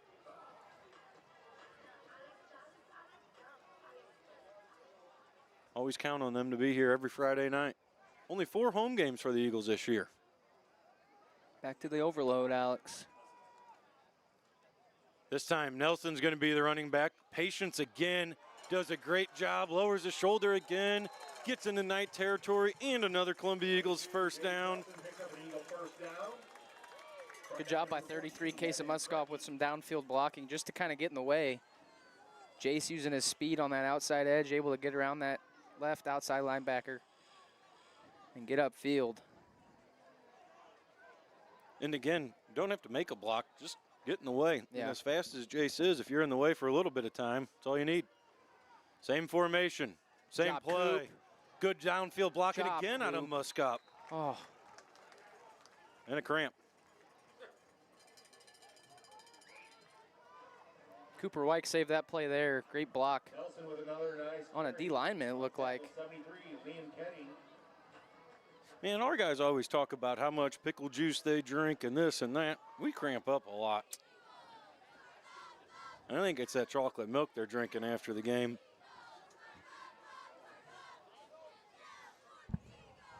Any input?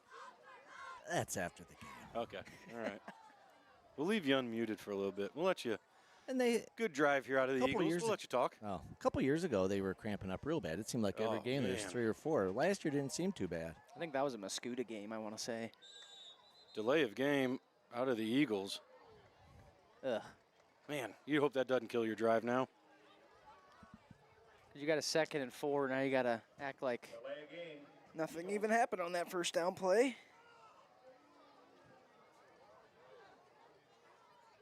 So 2nd and 8. And I think that came with the cramp that we had and then changing of formations. Single receiver split out wide to the left. Going to be a pass. They're looking for the deep ball, and Jackson Oh my tries to gosh. get to the inside, and it's holding on the play.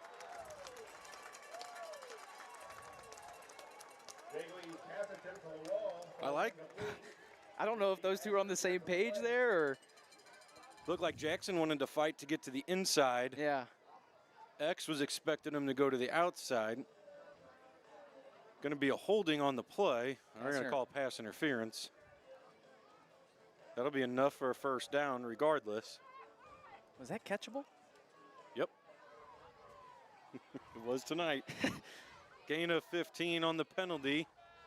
First down and 10 now from the modern day 25-yard line. But again, you stretch the field, you do something a little different. Yep. Good things are happening. Going to go same formation here again. Pistol back is Thompson. Cooper's your X. Receiver is your sniffer. He's going to be a lead blocker. Oh, yeah. Keegan doesn't need him. He lowers the shoulder. Goes down at the 15. Mustard on the lettuce. I mean, holding on the Eagles. Who's the hold going to be on, did you see? I did not. I mean, looks Keegan's like Keegan's not slow getting up. Slow to get up.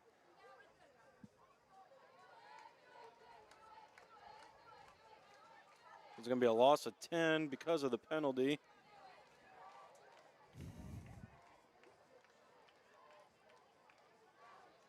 So now you got Muskup, who is just cramping. He's coming on for Keegan.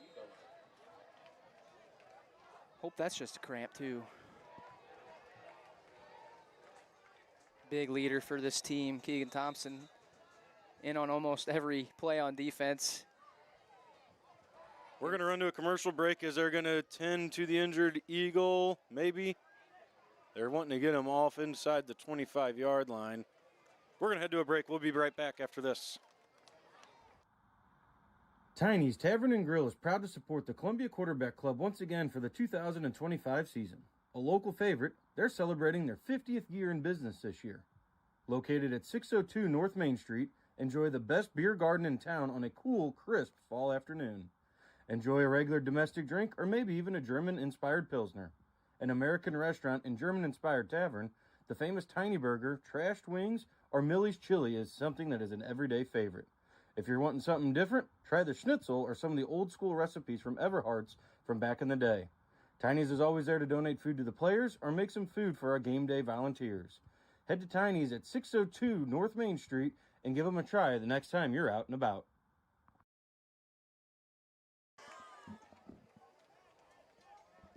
Welcome back. 9-7. Modern Day leads this one in the fourth quarter. Eagles, couple penalties pushing them back. X gonna throw it out to the left side to Jace Nelson. It's gonna be incomplete. Had a couple penalties that push us back to first and very, very long. Incomplete pass there. You're gonna bring second and long. Now the unfortunate thing with Keegan being the injured Eagle on that last play, he's typically your kicker. I don't know if Nelson, who did we say the other kicker was? Well, we had Mason Riker Nelson. and Mason Cunningham that kicked a little bit last year. He's not playing tonight. So throws a wrench in the fire. Field goal would take the lead. Eagles need a first down though. Doubles to the left side, sniffer back left, pistol back, fake it to him. Trying to run a screen. Caught. Still got the it. wall. Man. Good job. He's got X. a wall of blockers Go, in front of him. He's got the 10-yard line. He's got the end zone. Another Columbia Eagles touchdown.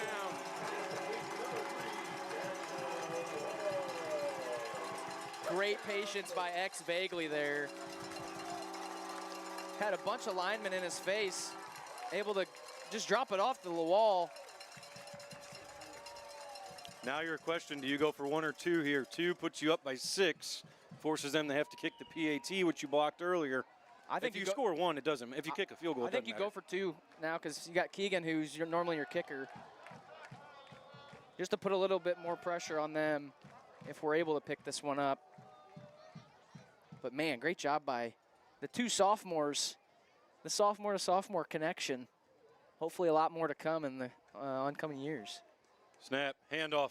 Boom. Jace, end zone, 2-point conversion is good. That takes the Corey Pharmacy scoreboard. Eagles 15, Mater Dei Knights 9. 9 minutes, 28 seconds to go here in the ball game of this Week 1 matchup on Blue Pride TV. Good job there out of the Eagles, and like you said, good patience. I don't know if it was patience or if it was just X trying to get out of the way of the lineman. It might have been. Because Mater Just Dei trying was to find there. a window just to get it in the wall's hands. And like Josh said, once he caught the ball, you see him turn on the Jets right around the 25. Man, he was gone. Outran that safety, that's for sure. Good downfield blocking again. I don't know who was down there, but there was a guy leading the way. That's what that play is honestly like supposed to look like, though. That's the Brandon Pryor. Yeah, so play. much commotion coming on like to your left as a quarterback, and then you just drop it off to your athlete, let him go make a play. And that's what happened there. Eagles regain the lead. Mrs. Harris listening to us from Arlington, Tennessee. Paula is an every week listener for the last, I don't know how many years. Thank you, Paula, for listening once again. Number 4 this time for the Eagles doing the kicking. Going to be almost a little bit of a pooch, and it's fumbled. Recovered on the play at the 30. Coach Kendall about 48-inch vertical down there. about took Coach Jermaine's chin out with his knee.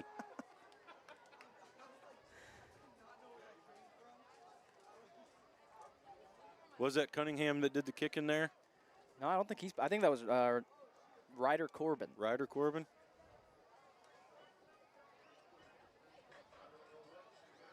Kendall's down here stretching at the 42-yard line. He's like, I'm going to have to go in and kick for us.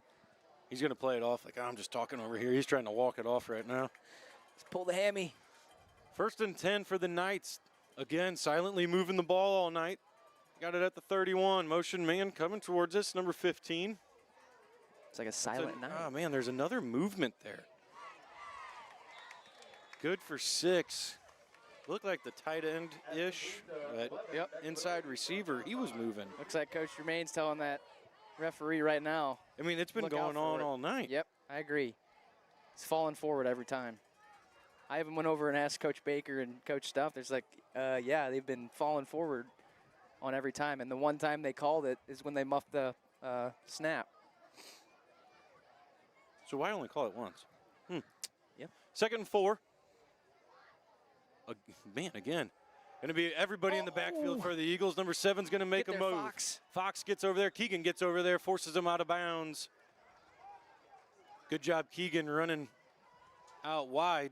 But, man, that quarterback, Coach G said he was shifty. And he's pretty good. Yeah. Out of bounds, gain of maybe nothing. 3rd and 4. 3rd down, Knights.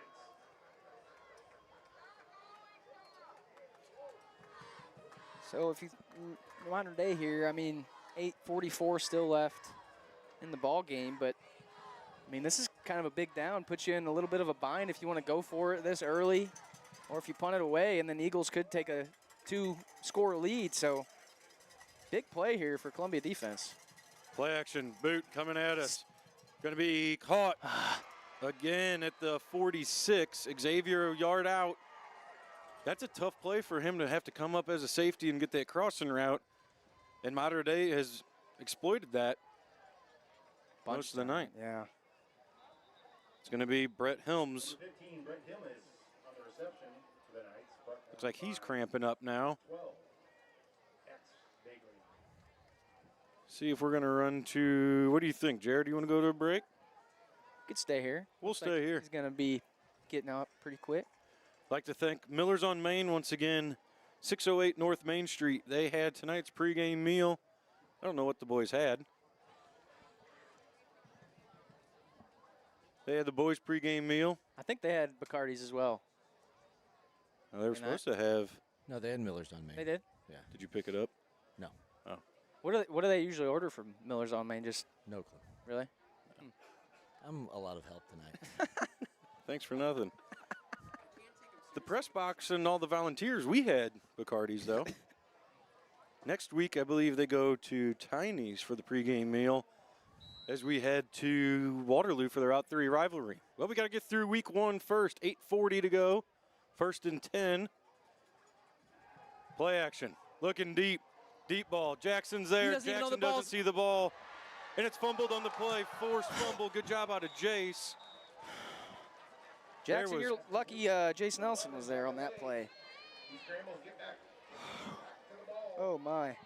There was holding going on all over in the backfield. None of it got called. And that's where it's big, where they teach whenever the ball's thrown to yell ball when the ball's in the air. How does our sideline do that? No. No? Because back in the, like, I remember back whenever I was playing Blue Jays, we used to yell pass and then ball whenever the ball was thrown. 7th and 8th grade year. A big play for the Knights. 1st and 10, 8:30 now here in the ball game. Hey. Thank you. Now, You here's the called funny it. thing, though. Now, we were just calling over here. We wanted a holding penalty. To make up. And we didn't get it. Now, all of a sudden, now we get the false start penalty after how many times? Look. See if that's the drive killer that you need. So it's going to bring up a 1st and 15 at the 32. 8:30 still remaining here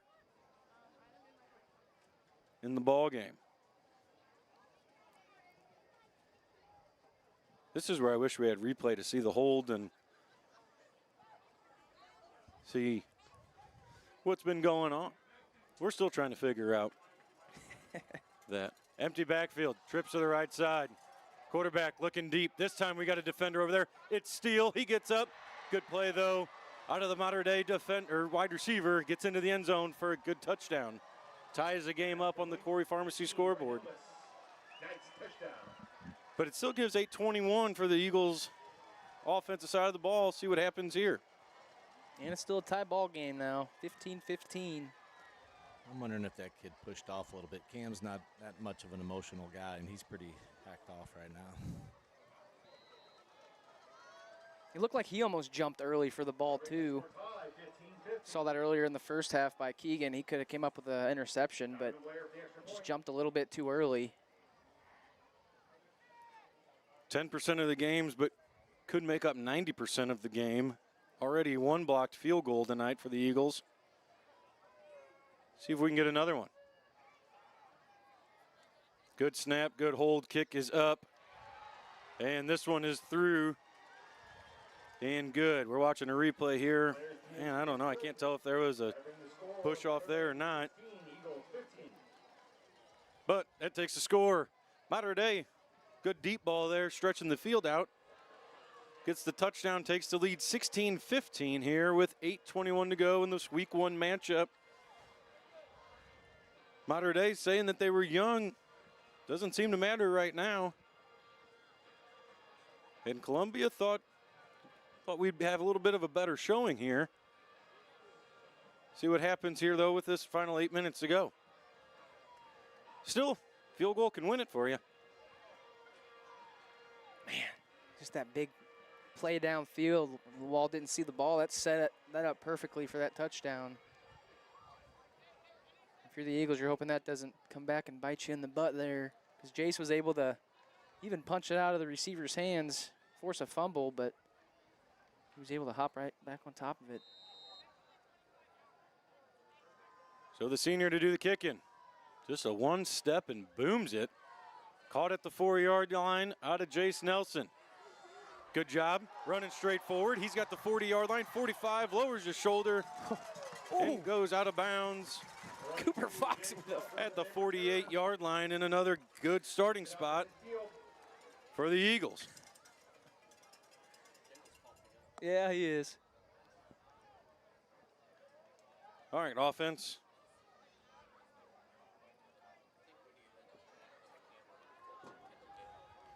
Josh wants the Kendall cam. Just follow him around tonight, all night. Typical week 1 game here, though. What you expect to happen doesn't. Some good things, some ugly things, and a close ball game.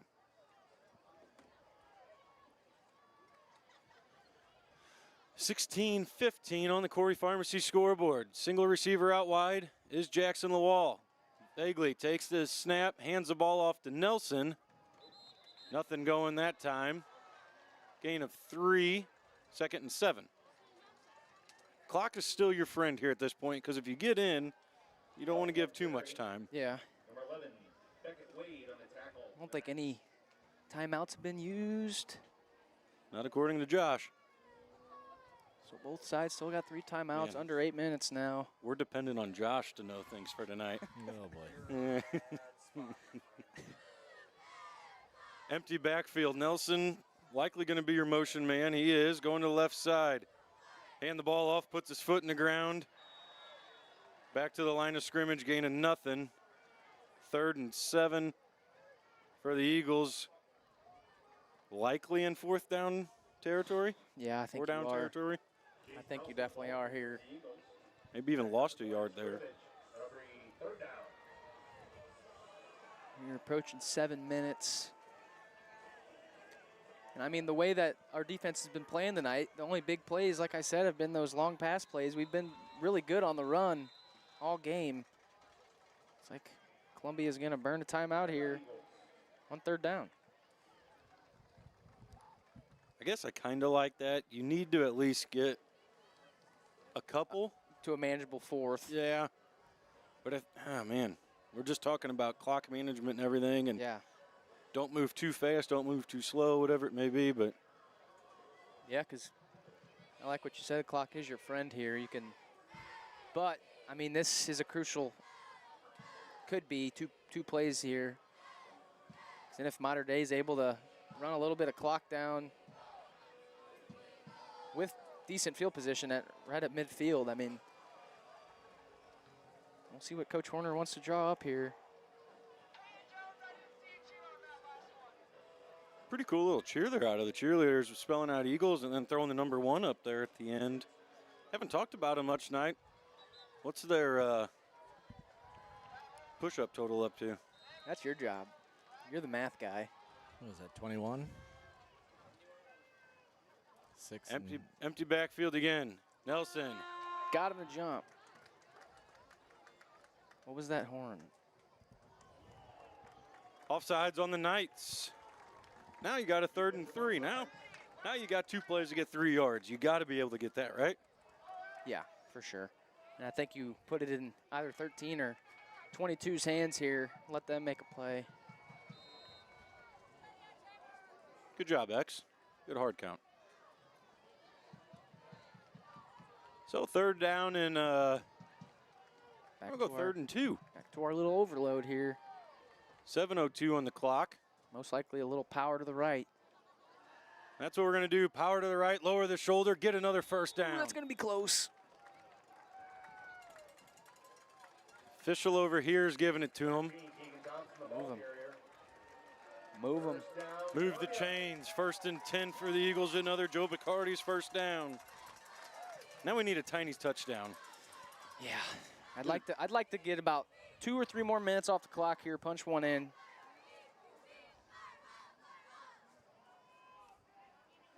Same formation. This time it's Nelson. Puts his foot in the ground. Gets across. Move.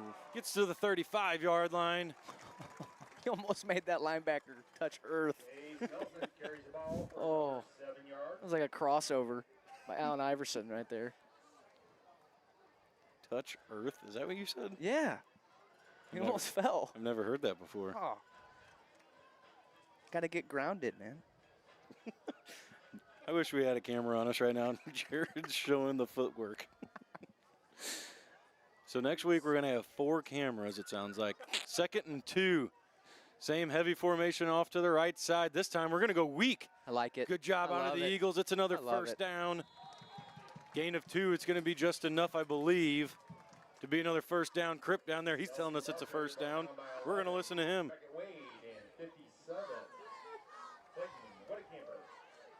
Oh, yeah. Kripp, 26 seasons on the sideline. Last year he was dancing. We got him on the camera doing that. So that's a 5th camera. We got Kendall cam, Kripp cam. Jared cam. Jared, yeah. Doubles to the right side, sniffer back right. Running back, Nelson shaded to the right. Throw it to him out wide. Nobody Nothing going. blocking. Muscap.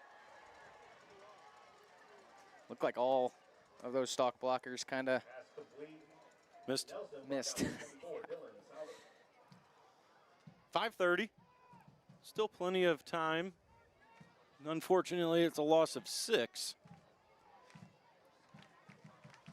How far you think? I know Keegan's a little banged up tonight, couple cramps and a couple big hits, but you know how far he can drill it from? I have no idea. 2nd and long now. Same formation. Going to be Jace this time to the right side. This time it's going to be original line of scrimmage and a couple more maybe. Maybe not. Maybe it's just the 3rd down and 10 for the Eagles from the 32.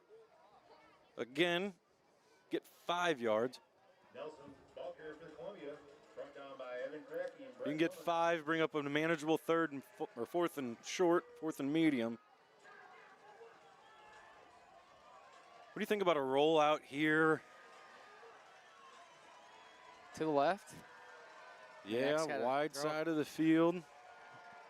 Or do you try to run maybe Muscap out of the backside here? I don't know.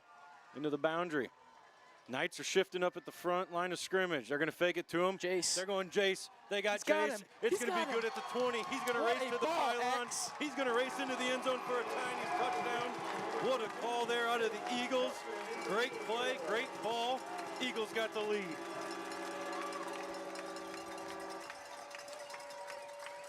Oh, dude, X put that right in the spot. You're up 5 right now. You got to go for 2 with 4:10 on the Corey Pharmacy scoreboard. What a ball. What a route. What a call, man. Mater Dei, they had a couple guys trying to turn around and get back, just couldn't get there. Got to make sure you got the right personnel out there now if you're the Eagles.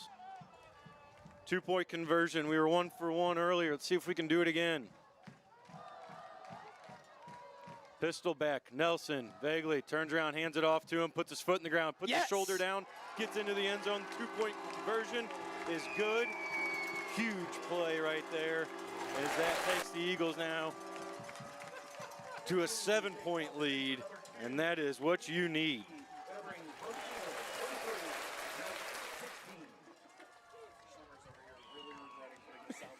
Yeah, we're going to mute those for next week. Here we go. Now we got the cheerleaders going down. They got 23 push-ups this time. See how they do. All right, D, now it's your turn to do it. Just don't fall asleep, corners.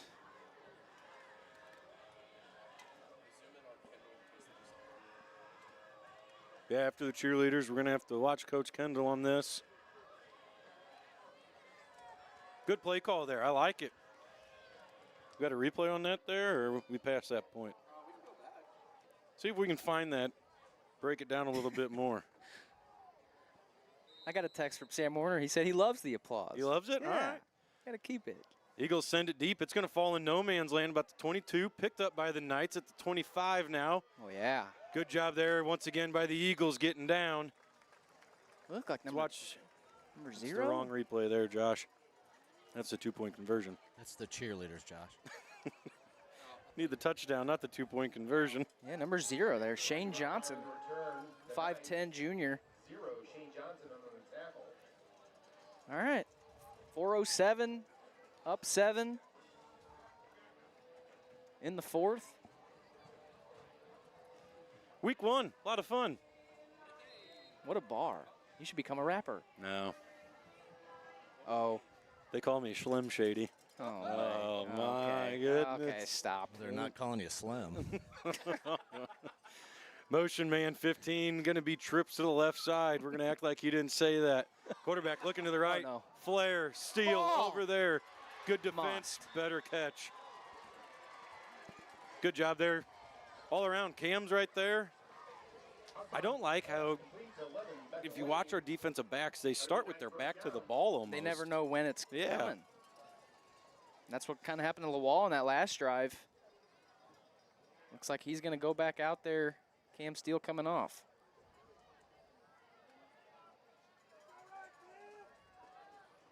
That's a tough one. Big gain on the play there out of Mater Dei. 3:50 to go here in the ball game. 1st and 10 from the Eagles' 38-yard line. Good ball again out of the quarterback. Empty backfield. Trips left. Doubles the right side. Motion man number 4. Play action. Looking deep again. Now they're going to go on the wall, and it's going to be incomplete. They're leaving early every play, dude. Good job there by Jackson being in coverage. And another great ball. Quarterback threw that one where his guy could catch it, and that was it. Falls incomplete, 2nd and 10.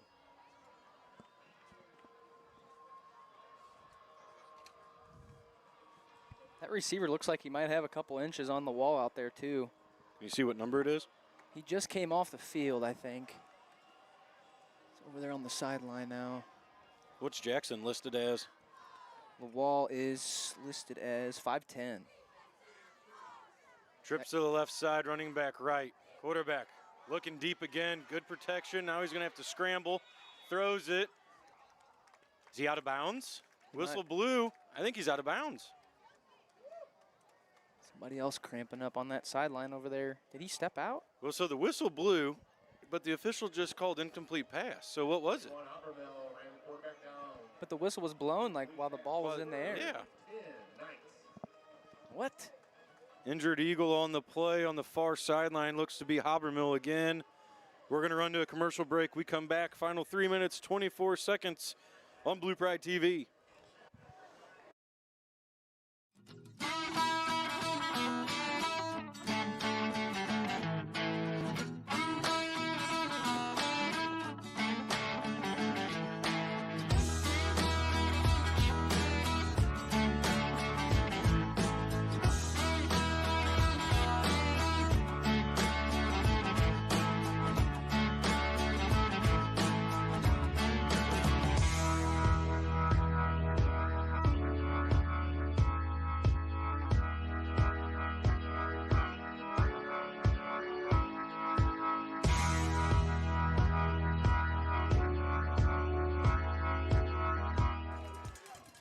Third down and 10. This is where you want the blue crew into it. Come on, D.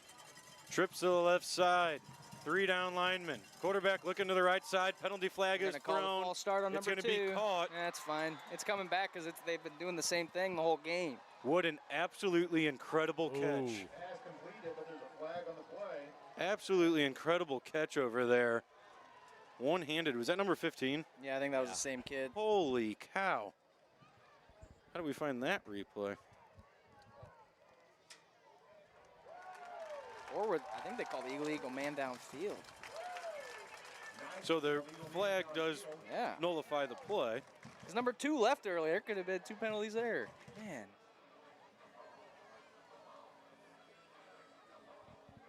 So it's going to be flag on the play. Now if you're Mater Dei's coaches, you got to be kind of aggravated. They haven't called it all game, and now all of a sudden they're going to start calling it. That's okay, Josh. Nope, it's coming. It's coming? All right. Oh, yeah, here it is. I'm pretty sure that was a one-handed catch. Another great ball. Getting held on the play almost a little bit. Cupped it in. One-handed catch. Great catch there. Unfortunate. Camera work. Fantastic. And the zoom in. You're right. Can't believe I cut you short. All right, here we go. Third and long. 3rd and 15. Know Empty where they're backfield. Motion man, 4. Fake it to him. Quarterback looking deep. Go get it, Coop. Eagles are there. Yeah, Coop. Eagles all over the place. On defense, incomplete. 4th down and 15 now from the 43-yard line. 3:12 to go. Bat it down. You can see Coach G there doing it. Bat it down. 3:12 remaining. It's your biggest play of the game here, Alex. Get a stop. Eagles fans getting into it over here on our right. Trying to get everybody up. Come on, D. You know where they're going. They're going to chuck it deep. And they're probably going to pick on number 3 over here.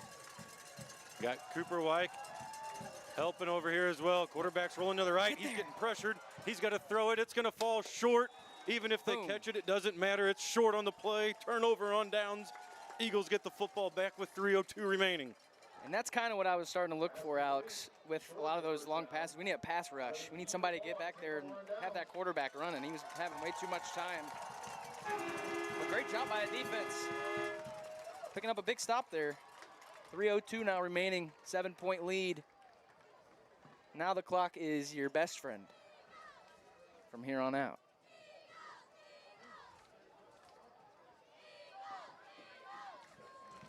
.302.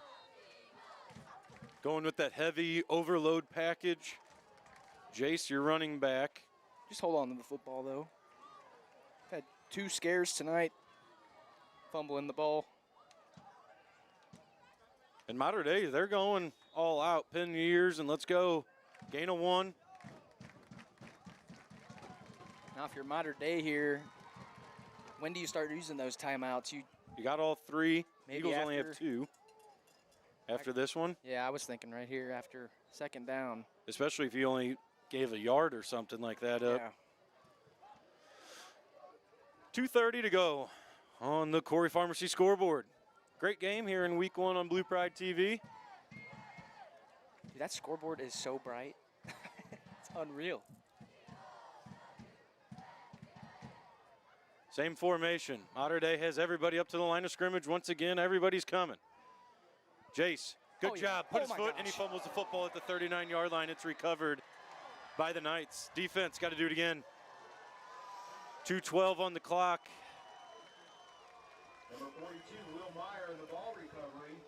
I talked us right into it, Alex. I should have just... Oh, man, that was a first down written all over it. It's like talking about a no-hitter, Jared. Nice job. That might be ball game if he goes down there. If he goes down with the first down, that's game, yeah. All right, now we got to do it again. Oh, my goodness. All right, Mater Dei, 1st and 10 from the Eagles' 39. You had the sideline into it earlier. Now you got to get them back in again. Oh, my gosh. Welcome to week 1 football, folks. Mater Dei has to burn a timeout, and their head coach on the side is not very happy with that at all. And that's huge. Now they only have 2 remaining. We're going to run to a commercial break as this is going. Regroup.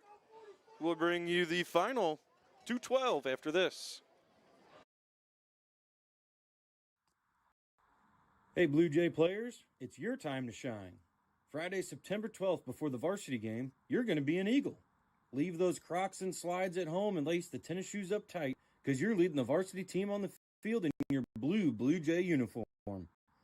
Meet at the locker room at 6:30 to see the varsity team before you head to the field. You're going to stop in the tunnel, get pumped up, and practice what you'll do at school and through the band and 50-yard line of varsity players with your coaches in the coming weeks. To find out more information.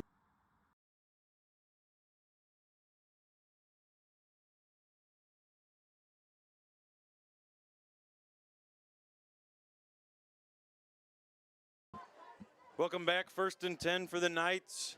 39-yard line. We were watching a replay. Didn't look like anything major on that fumble there.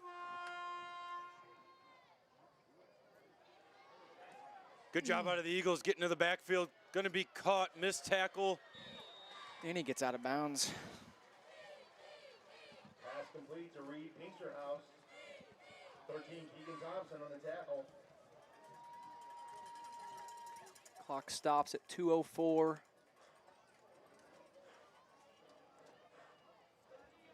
2nd and 5. Good job out of the pass rush there.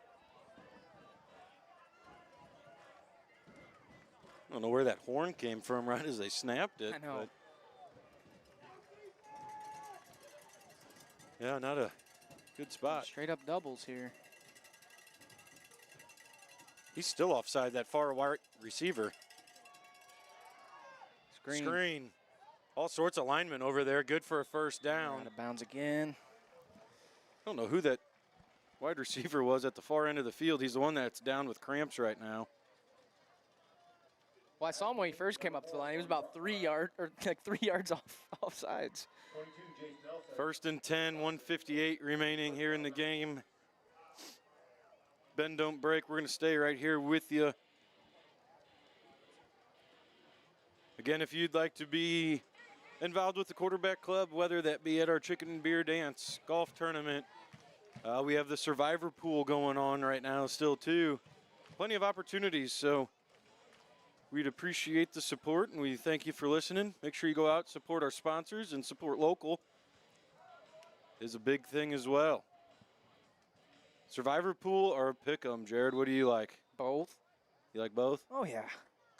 I like the survivor pool because you only got to pick one winner. You going to get in on it this year? Oh, yeah. I'll be in. There you go. $25, I think it is. $10 for insurance. Pick one winner a week. Simple. And then everybody loses in the worst. I was out in the first 3 weeks last year. Yeah, that happens every time. You get that 20-point favorite and lose. Empty backfield, trips to the left side. Quarterback looking right. Eagles are giving up the short yardage plays.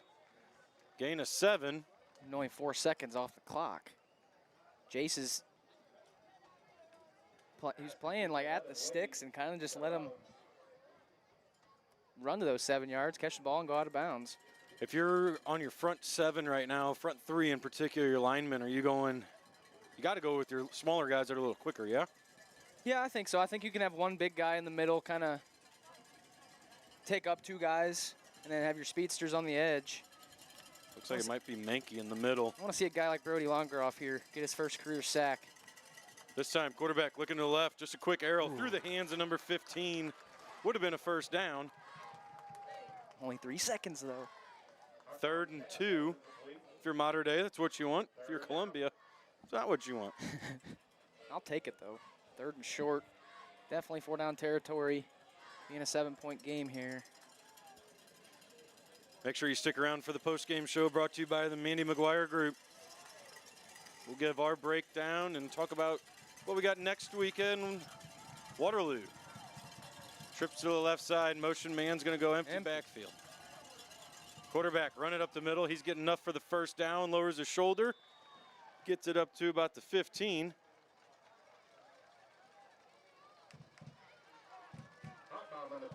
First and 10. They can still get a first down inside the goal line.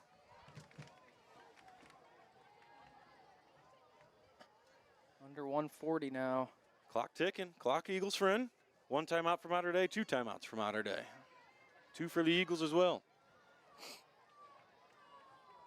First and 10 from the 14-yard line. Quarterback, play action, throws it across the middle. Caught at the 5. That might be your first down and goal now. And if you're Mater Dei, you're going for 2, right? You're not playing for overtime on the road. I think you have to. Go for 2? Yeah. Coming off a 3-6 season. Yeah. Started with a bang, 35-0 loss last year. Avenge that.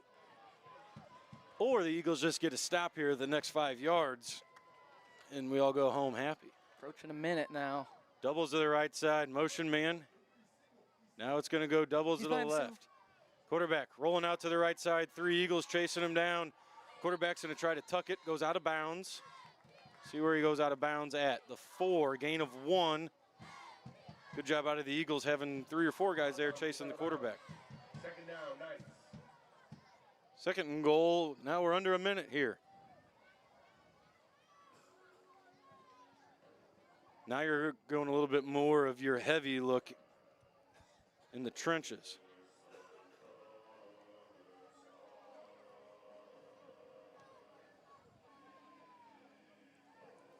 Ten seconds on the play clock here. Might have to burn one. They're going to have to.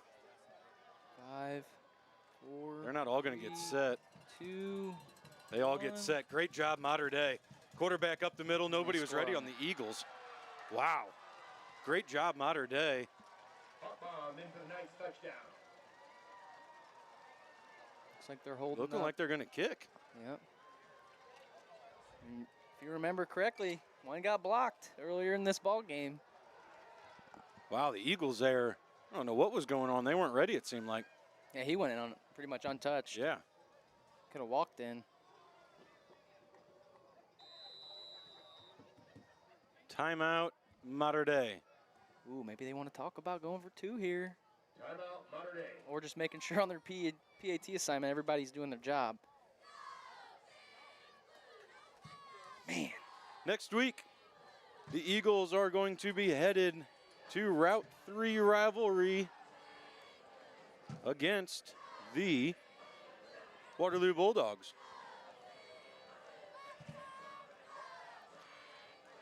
Had a pretty good game last year for the Eagles. There was a lot going on with the passing of a CHS student, so Eagles are going to try to come back and win that game. We're going to go live again at 6:30 and bring you the pregame show. We'll see. I don't remember how big their press box is for us, but I don't remember either. we sat outside last year? Okay. Oh. All right. Josh says he sat outside. See what happens now. Eagles blue crew getting into it. Fans and parents over to our right, they're getting into it. It's going to be a 3-point conversion. Yep, they're going for it. And I fully expected this. Doubles to the right side. Send a motion man. Quarterback looking to the right, and they called the false start on him. Flag on the play. Oh my goodness, they called it on him. Illegal procedure, guy moving forward. You don't call it all game and then you call it there. Loss of 5. Now you got to kick it. Now, yeah, I think. Oh, man, I don't know. You got to kick it. He's still talking to his quarterback over there.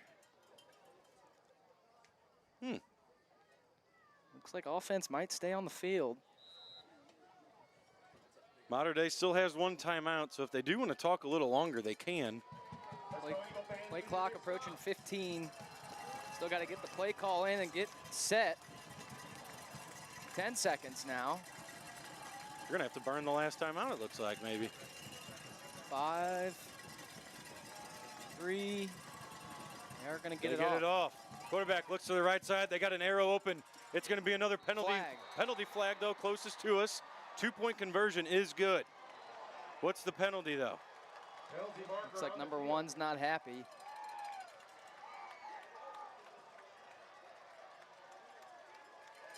It is going to be on Mater Dei is what it's seeming like. Well, they've been doing it all game, so.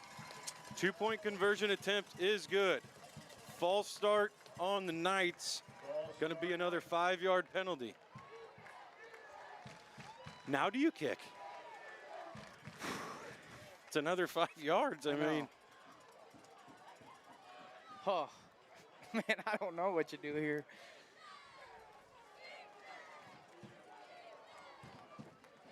Huh. Well, see if the Eagles get a stop on this one. Third time's always the charm, Alex. Always.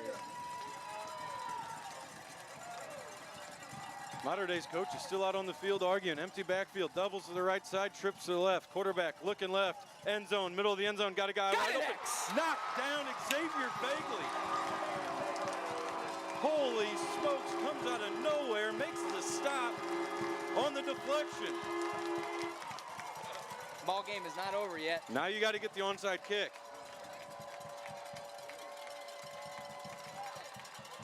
Muskup slow to get up. Cooper White slow to get up. Now you need your hands team on the field. And Coop's like, oh, I forgot I'm on hands team. Has Coop come off the field? No, probably not. I don't know where X came from there. X-Man Bailey broke up the PAT. That'll bring If that ball was thrown 2 miles an hour, a little bit faster, that might be 6 or 2. Did the camera just cut out there for that play? Huh? Ah. No. It sounds like the camera cut out on that play.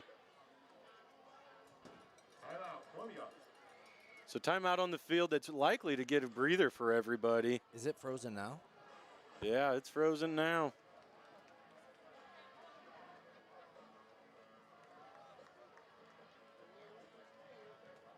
Man, what a play by Xavier Vagley there. And I don't even think he came with his inside arm. He was just trying to swipe it down. Great job by X, the sophomore. Making a couple big plays in this ball game tonight. Both sides.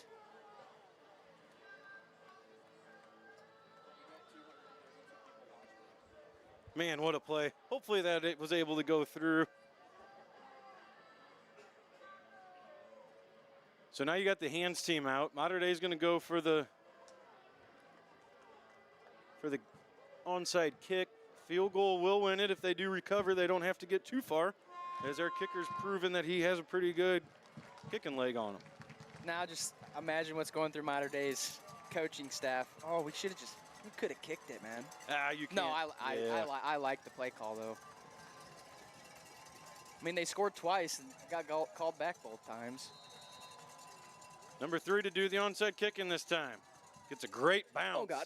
Eagles go up and get the football. Good job there, Ooh. being aggressive and getting it. Eagles recovered the onside kick, and that should do it. Mater Dei only with 1 timeout to go. 48 seconds to go in the game. Yeah, 2 kneels. This ball game's over. And a scary one.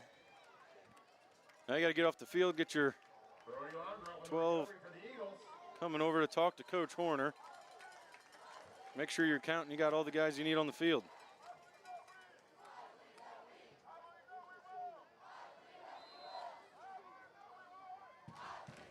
Eagles go up for victory formation.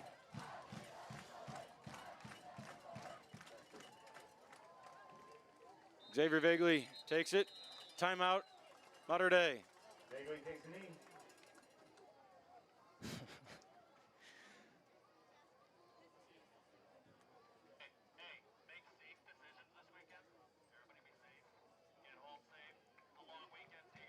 SRO McWhorter advising the students to stay safe on this long weekend and have a good weekend. Coaches, good game tonight.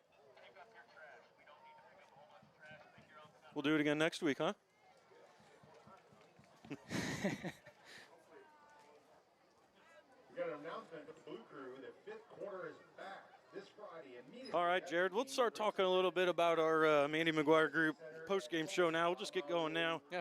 Hopefully that play, Xavier Vagley at the end, great job coming out of nowhere making the play, because that guy was wide open. He didn't have anybody within 2-3 yards until X showed up. Yeah, he great job breaking on the ball there. And like I said, if that was just a little bit on a line, I think they would have scored. Yeah. But X made a great job just getting to the ball and getting his hand up, knocking it to the turf. But, I mean, I think overall, the corners were starting to scare me a little bit in that second half, but figured it out. Going to have to watch a lot of film this week for Waterloo next week and see if they can just get better. Xavier going under center one more time, takes the snap in the knee. See if the officials are going to make him play one more, and it's not going to look like it. Under 40 seconds to go, maybe. Nope, Yeah. going to have to do one more. Yep, one more snap. Off by about half a second. So one more snap. Going to solidify this week 1 victory for the Eagles. They're going to take an exciting one. Wasn't the prettiest, wasn't the best, but they're going to take the final score 23-22 over the Mater Dei Knights. Good game, ugly game, bad game, clean game. Ends up Eagles with the victory. Jared, talk about offense real quick. Moved the ball a little bit at the start. Had some bad times. Had some good times too. Yeah, I want to say that they almost flip-flopped in the halves. The offense was kind of struggling in that first half. Otherwise, other than that first drive we had that led to a fumble, really couldn't get anything else going the rest of that first half. But defense kind of held it down in the first half. And then you get to the second half and it all kind of flip-flopped. Offense started playing great and the corners started falling asleep.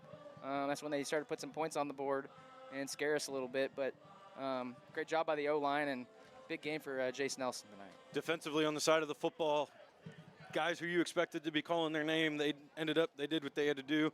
Looked like a couple guys might have been banged up and some cramps in that, but in the end, defense, bend don't break, and special teams comes up big with the blocked PAT and then the failed 2-point conversion. Yeah, and I think overall the MVP of the game is definitely the front seven. I think in that first half they did a great job. Just maintaining line of scrimmage, not getting pushed back, and linebackers doing a great job of forcing everything back in and having white hats flow to the football, which all you can ask for on the defensive side. And on that offensive side, finally learning those different formations, and I like that overload. I think he's going to put different play calls on with that formation. So a lot more to come from Columbia offense too. So next week we will be headed to Waterloo, take on the Route 3 rivalry. Going to be a fun one. It always is. It's always a hostile environment. If you can't make it to the game next week, make sure you tune in once again with us here on Blue Pride TV, presented by the Columbia Quarterback Club. Thanks for listening once again. Our sponsors, thank you for everything you do. We ask you that you go out and support them. Miller's on Main giving the food to the players. Bacardi's giving the food to the volunteers up there. TJ, great job on the camera. Josh did a great job. We got to see you on camera tonight. Accidentally. Eagles are victorious this week on week 1, 23-22. They go to 1-0, undefeated on the year so far. We'll be back with week 2 next week. Go Eagles, baby.